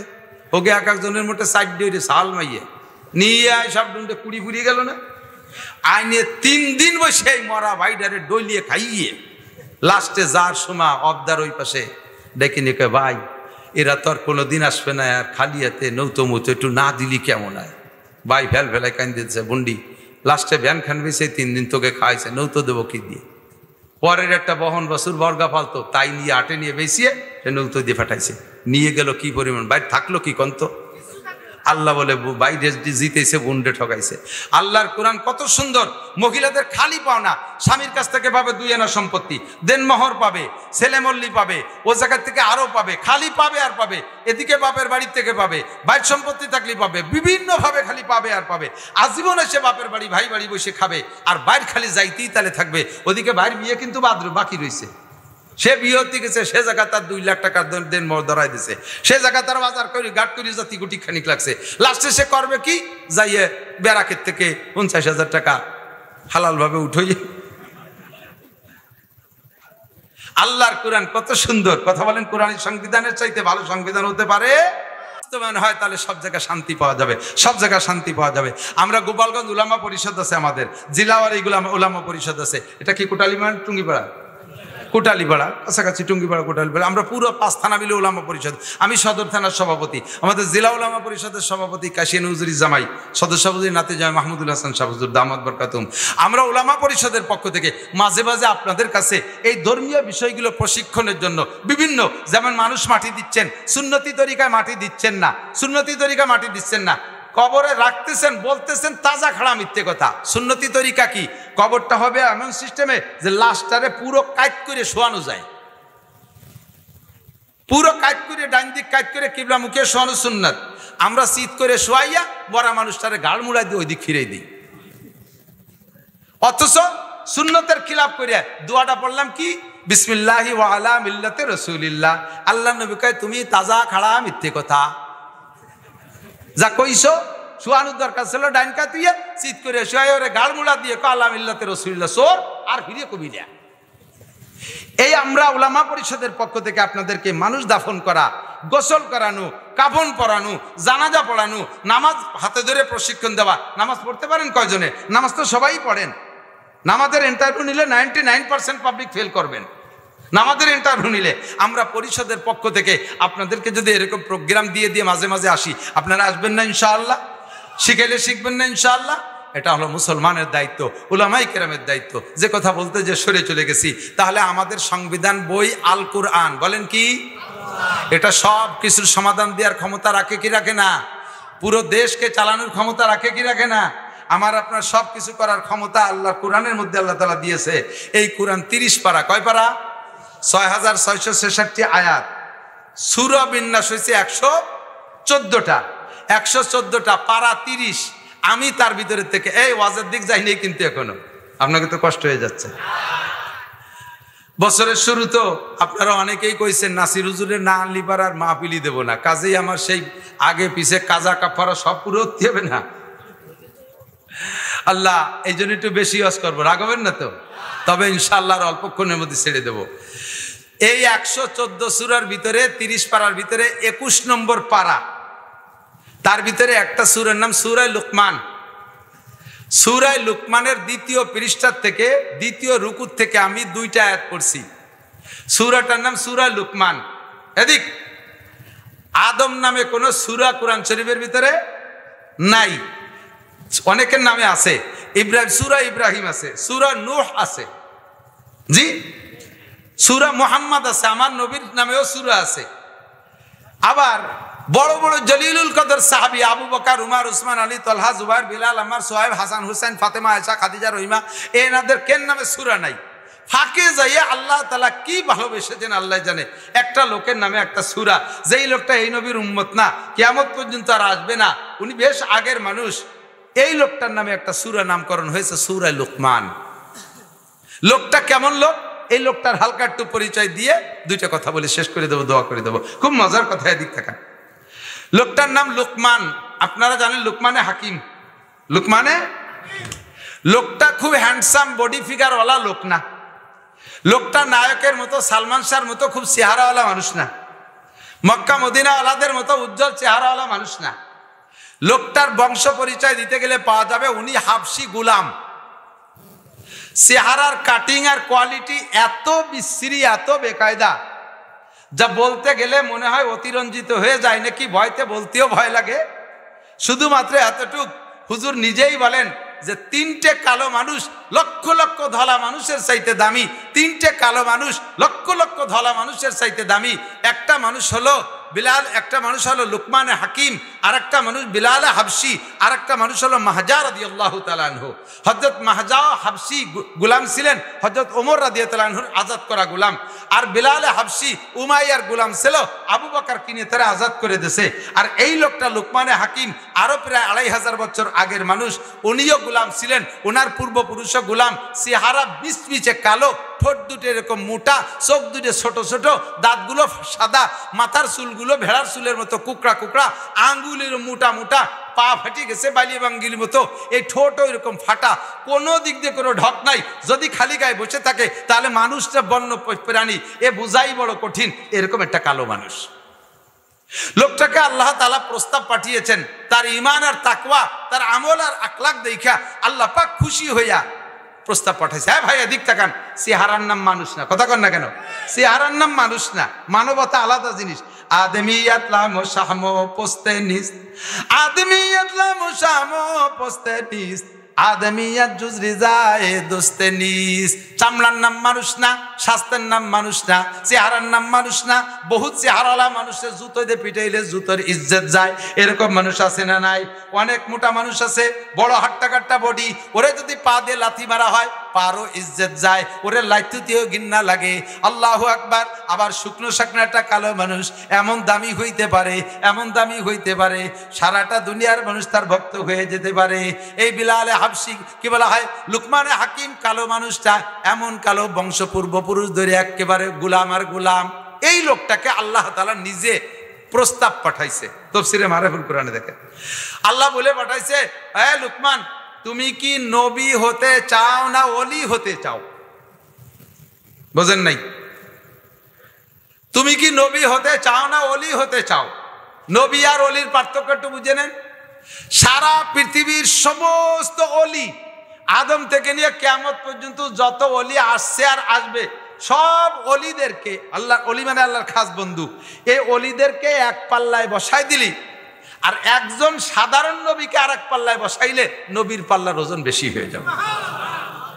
এইরকম প্রস্তাব যদি নবী হতে, খেয়াল করে না, আমারে যদি বলে তুমি কি মন্ত্রী হতে চাও না শহীদার হতে চাও?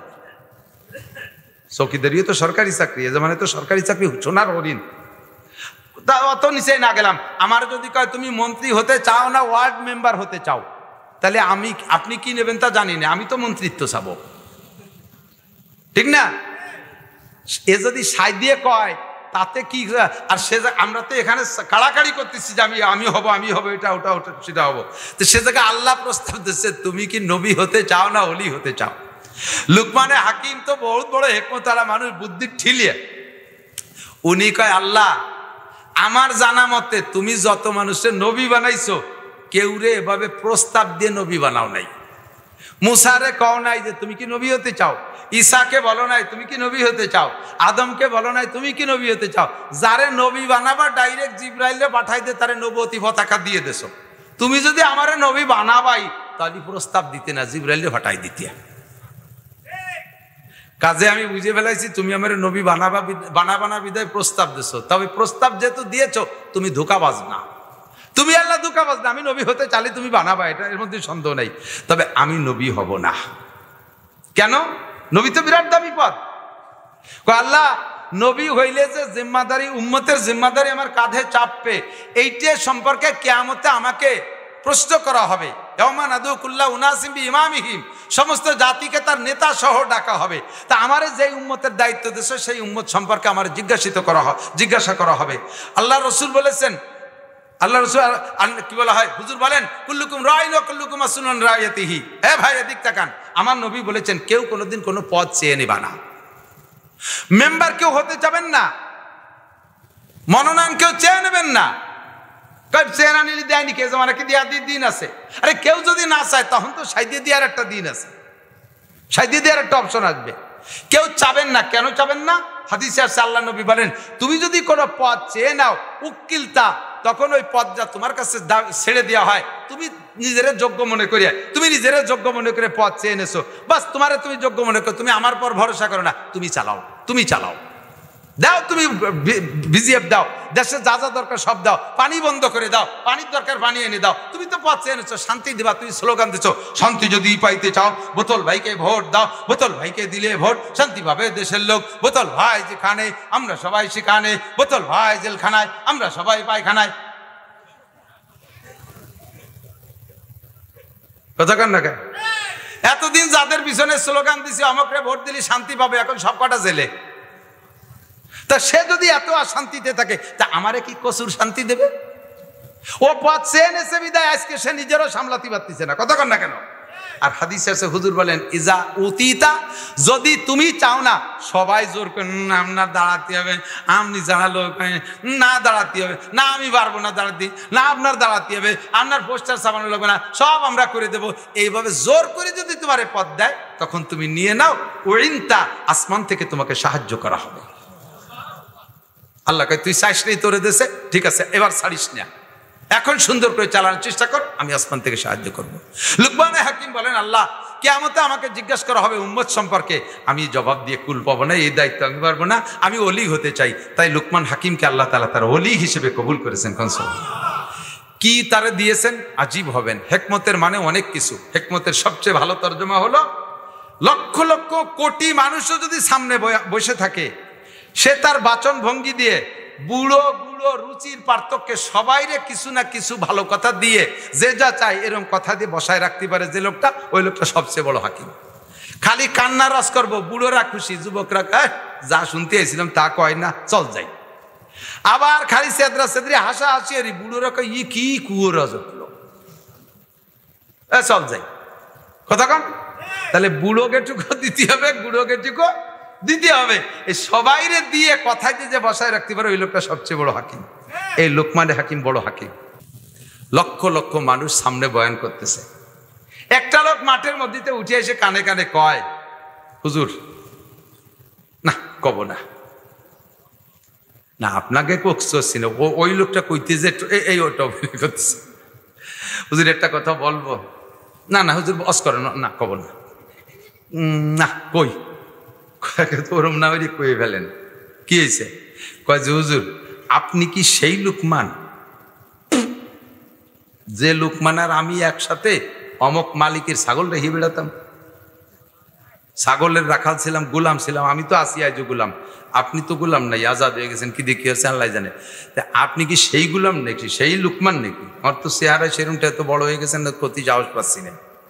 মাননীয় প্রধানমন্ত্রী আপনাদের বাড়ির কাছে ছোটবেলায় টুঙ্গিপাড়া আসতেন, ঢাকায় থাকতেন, মাঝে মাঝে আসতেন, বাল্য বান্ধবী ছোটরা ছিল না সাথে, তাদের সেই ছোটবেলায় যাদের সাথে আশাকুটি পুতুল খেলা খেলছে, উনি প্রধানমন্ত্রী হওয়ার পরে সেই সব মহিলার যদি যে কয় আসি না এখন বড় হয়ে গেছে, এই কর কি সুযোগ ছিল? ওনার সাথে দেখা করতে ইমিগ্রেশন ছিল কয়টা, আর্মি র্যাব কতটা দিয়ে পাহারাদারি করছে না? তাহলে বড় হয়ে যাওয়ার পরে ওই সেই ছোটবেলার তাল কুয়োরা চলে না, এই জন্যে ভয় পাচ্ছে যে হুজুর কব কি কব না, আপনি কি সেই লুকমান নাকি? লুকমানে হাকিম বলে, বাবা ভয়ের কোনো কারণ নাই, ভাই ভয়ের কোনো কারণ নেই, আনা হুয়া, আমি সেই লুকমান, আমি পিছনের কথা ভুলে যাই না। আল্লাহ আমারে নিষেধ করছে, ওয়ালা আতানসা নাসিবাকা মিনাদ দুনিয়া, ছোট ছিলে বড় হয়ে গেছো, পিছনের কথা ভুলে যেও না।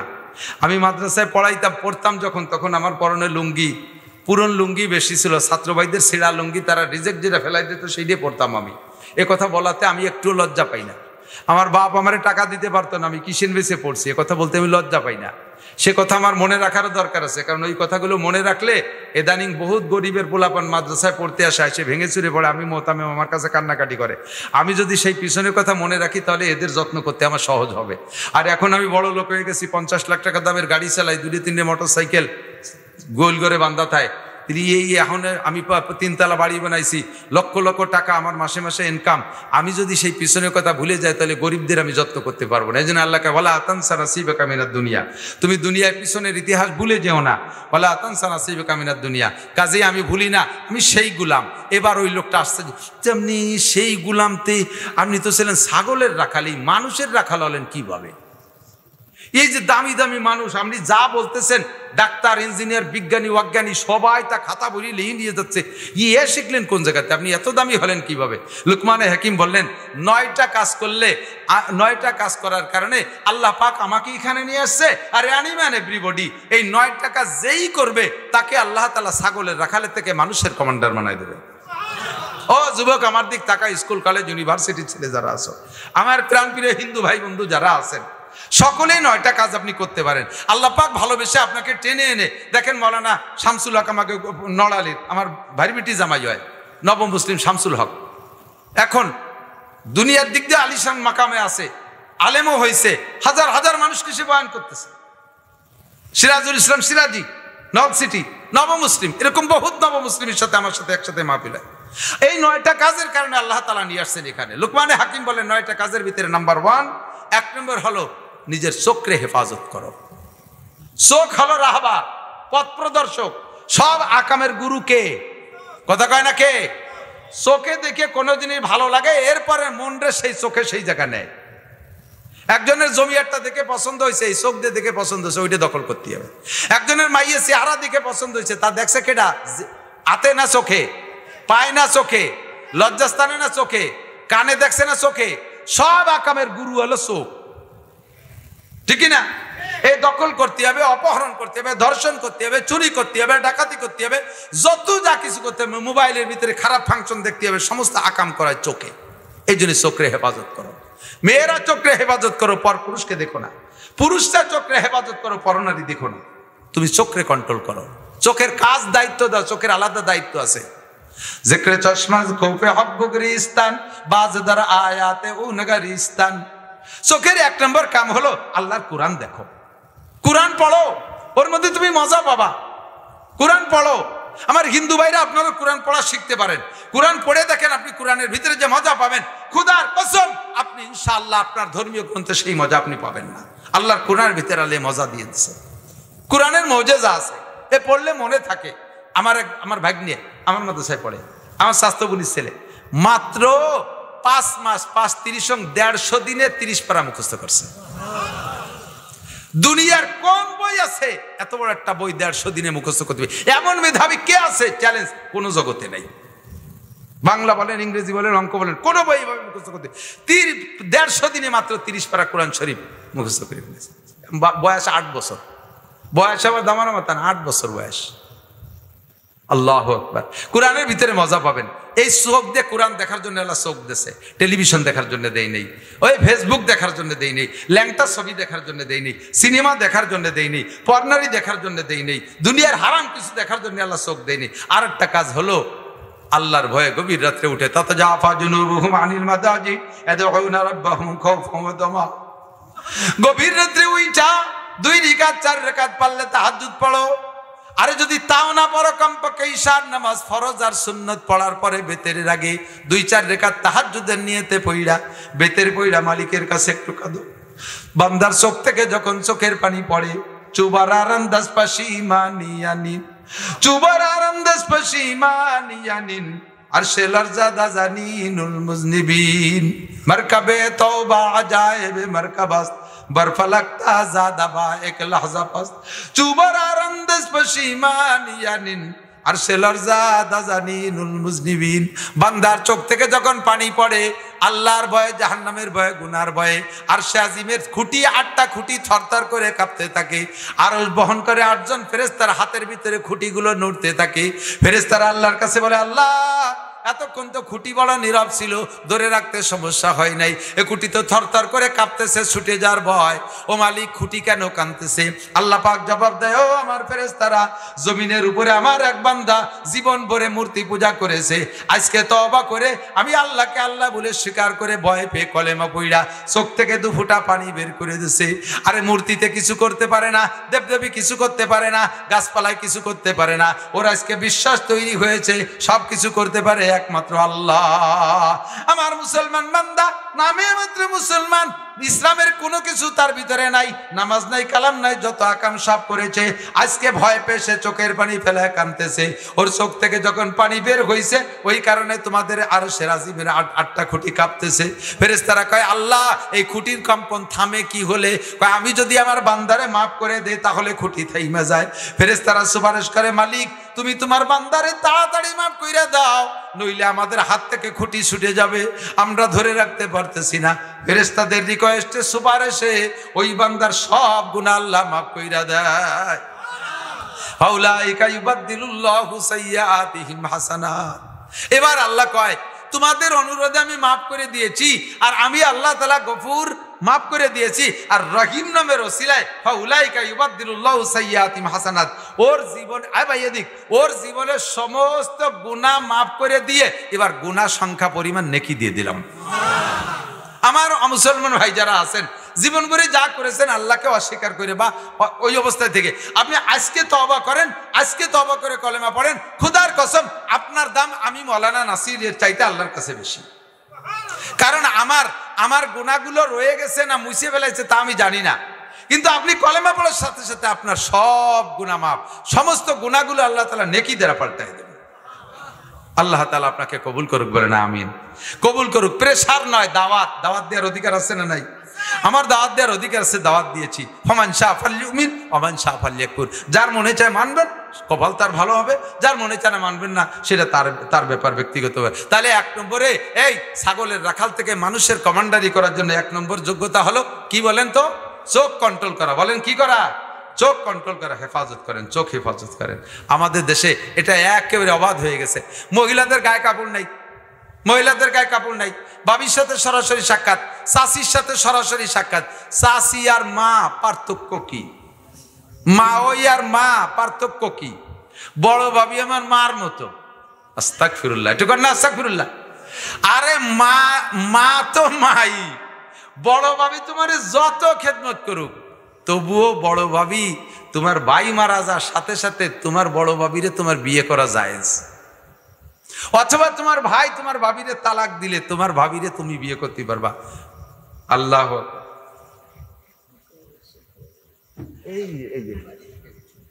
মানুষ ভালো দেখতে পারে লোভ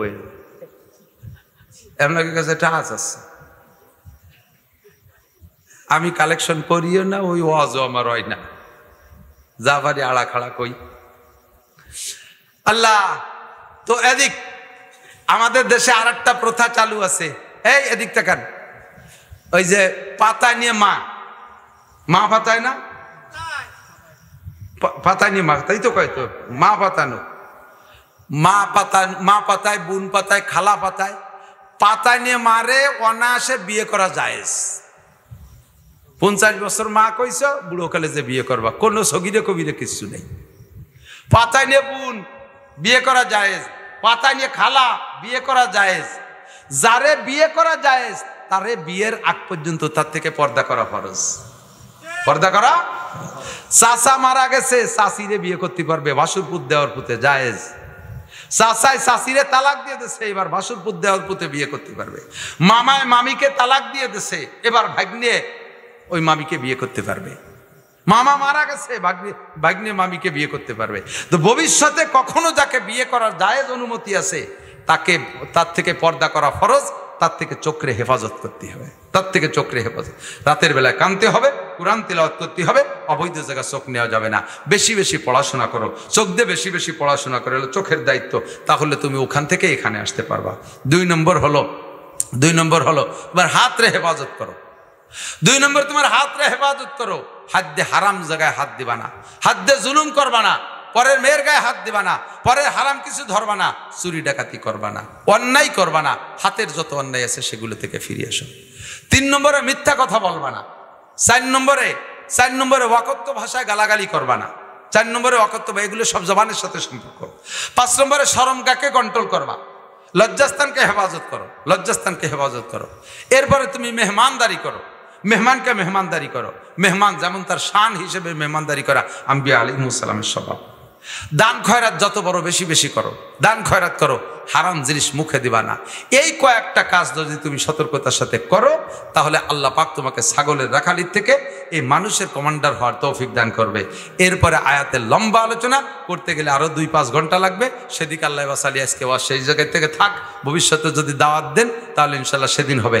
একজন মানুষ যদি মাদ্রাসার পক্ষে থাকেন সেই লোকটা বসে থাকবেন, আর যেই লোকটা মাদ্রাসার বিপক্ষে ওই লোকটা উঠে চলে যাবেন, আগের থেকে বলা থাকলো। আর যে লোকটা আটা দেবে বসবো যে সেই লোকটা মাদ্রাসার বিপক্ষের।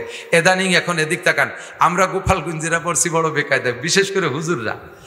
একদিকে সারা বাংলাদেশের হুজুররা তো একদল হয়ে গেছে, আমরাও তো গোপালগঞ্জে হুজুররা হুজুর, গোপালগঞ্জে হুজুররা তো হুজুর। সেই হিসেবে আমাদের গোপালগঞ্জে সব আমলিগ তারা আমাকে হুজুরকে দেখলি কয় যে এখন আমাকে বাড়ি আসো কা, যা ইউনুস কাকার কাছে টাকা নিয়ে আসো, এই মাদ্রাসা চালাতে ইউনুস কাকার কাছে। এবার অন্য জেলার কেউ আমাকে মোটে এই গোপালগঞ্জে হুজুরকে বিশ্বাস করে না। তোমরা হুজুররাও আমলিগ, তোমাকে গায়ে নৌকর গন্ধ। তাহলে না বাসি তাকে কাছে জায়গা, না বাসি আপনাকে কাছে জায়গা। তাই কি আমরা গোপালগঞ্জে হুজুররা মাদ্রাসা টাদ্রাসা নিয়ে ওই ব্রাহ্মণবাড়িয়া কুমিল্লা টুমিল্লা ওই দিক চলে যাবো নাকি? দিন সব দিন একরকম থাকে না, চাকা একবার উপরে একবার নিচে, ঠিক না? 16 বছর আগে বিএনপি ছিল ক্ষমতায়, মানে ফখরুদ্দিন ছিল, তার 3 বছর আগে বিএনপি ছিল ক্ষমতায়। সে সময় প্রধানমন্ত্রী জেলেও ছিল, জেলও খাটছে, নেতারা খাটছে, জেল খাটছে না। আবার তারপরে আল্লাহ তাআলা বেরোইয়ে 16টা বছর বড় সম্মান দিয়েছে, আবার পা পিছলে গেছে, ঘুরিয়ে আসলে আসতেও পারে, ঠিক না? তো চাকা ঘুরতে তালে আছে, চাকা ঘুরার ভিতর দিয়েই গাড়ি চলে। কাজেই আমরা একতরফা কোনো দিক যেন মাথা গুজে বসে না থাকি, কোনো দিক একতরফা না হয়ে যায়। আমরা অপেক্ষা করি, দোয়া করি, আমাদের ধর্মীয় প্রতিষ্ঠান গোপালগঞ্জের মাদ্রাসা, গোপালগঞ্জের প্রতিষ্ঠান আমরাই চালাবো। এর টাকা আমাদেরকে আল্লাহ দিয়াবেন, আমরা অন্য জেলার কাছে খয়রাত করতে চাই না। আমাদের রাজনৈতিক প্রেক্ষাপট যা যেখানে আছে সেখানে থাক, আমরা ধর্মীয় প্রতিষ্ঠানের সাথে সকলে একমত থাকবো তো ইনশাআল্লাহ। এর পাশে থাকবো তো। মাদ্রাসা থেকে আসলে কখনো আজে বাজে বলবেন না, আমার মা বোনরাও বলবেন না, শক্ত কথা বলবেন না। তাহলে যদি আপনার শক্ত কথায় আলেম উলামা কষ্ট পায়, তাহলে আর পুনরায় কোনদিন ক্ষমতা পাবেন না। এই সিস্টেম কিন্তু আল্লাহর কাছে আছে। পরবর্তীতে যদি ক্ষমতা পাইতে চান, সুখ শান্তি চান, আলেম উলামার সাথে একমত থাকবেন, কোরআন সুন্নাহর সাথে একমত থাকবেন, ধর্মীয় প্রতিষ্ঠানকে ভালোবেসে যাবেন। আপনাদের ছোট্ট মাদ্রাসা, এর জন্য ভাই বলতেছে সিজনের শুরু 5-6 মাস মাদ্রাসা মাহফিল টাফিল হয় না, কালেকশন হয় না, অনেক দিন অনেক কিছু দেন না। আর এই আপদ বিপদ বালা মুসিবত থেকে বাঁচতে হলে আসাদকাতু তারুদ্দুল বালা, রাজনৈতিক প্রেক্ষাপটে হেরে গেছি, এটাও তো একটা বালা কম না। এই বালার থেকে উঠে আসতে হলে এবার আমাকে কিছু সৎকা খয়রাত করা লাগবে। তা আমাকে ছোট্ট মাদ্রাসা কি প্রয়োজন তা আমি জানি না। মোহাব্বতের সাথে আমি একটু আজীবন সদস্য। আপনারা বড় মাদ্রাসা গহরডাঙ্গা, কুরপালা, কাজুলিয়া ইত্যাদি ইত্যাদি বড় বড় মাদ্রাসায় সদস্য থাকতে পারেন। আপনার নিজের নিকটের ছোট মাদ্রাসার একটু আজীবন সদস্য হওয়ার জন্য 10টা লোক 20টা লোক থাকবেন যে বছরে 1000 টাকা দেবো ইনশাআল্লাহ। যারা দেবেন একজন হাত জাগাইলে এরপর হতেই থাকবে ইনশাআল্লাহ।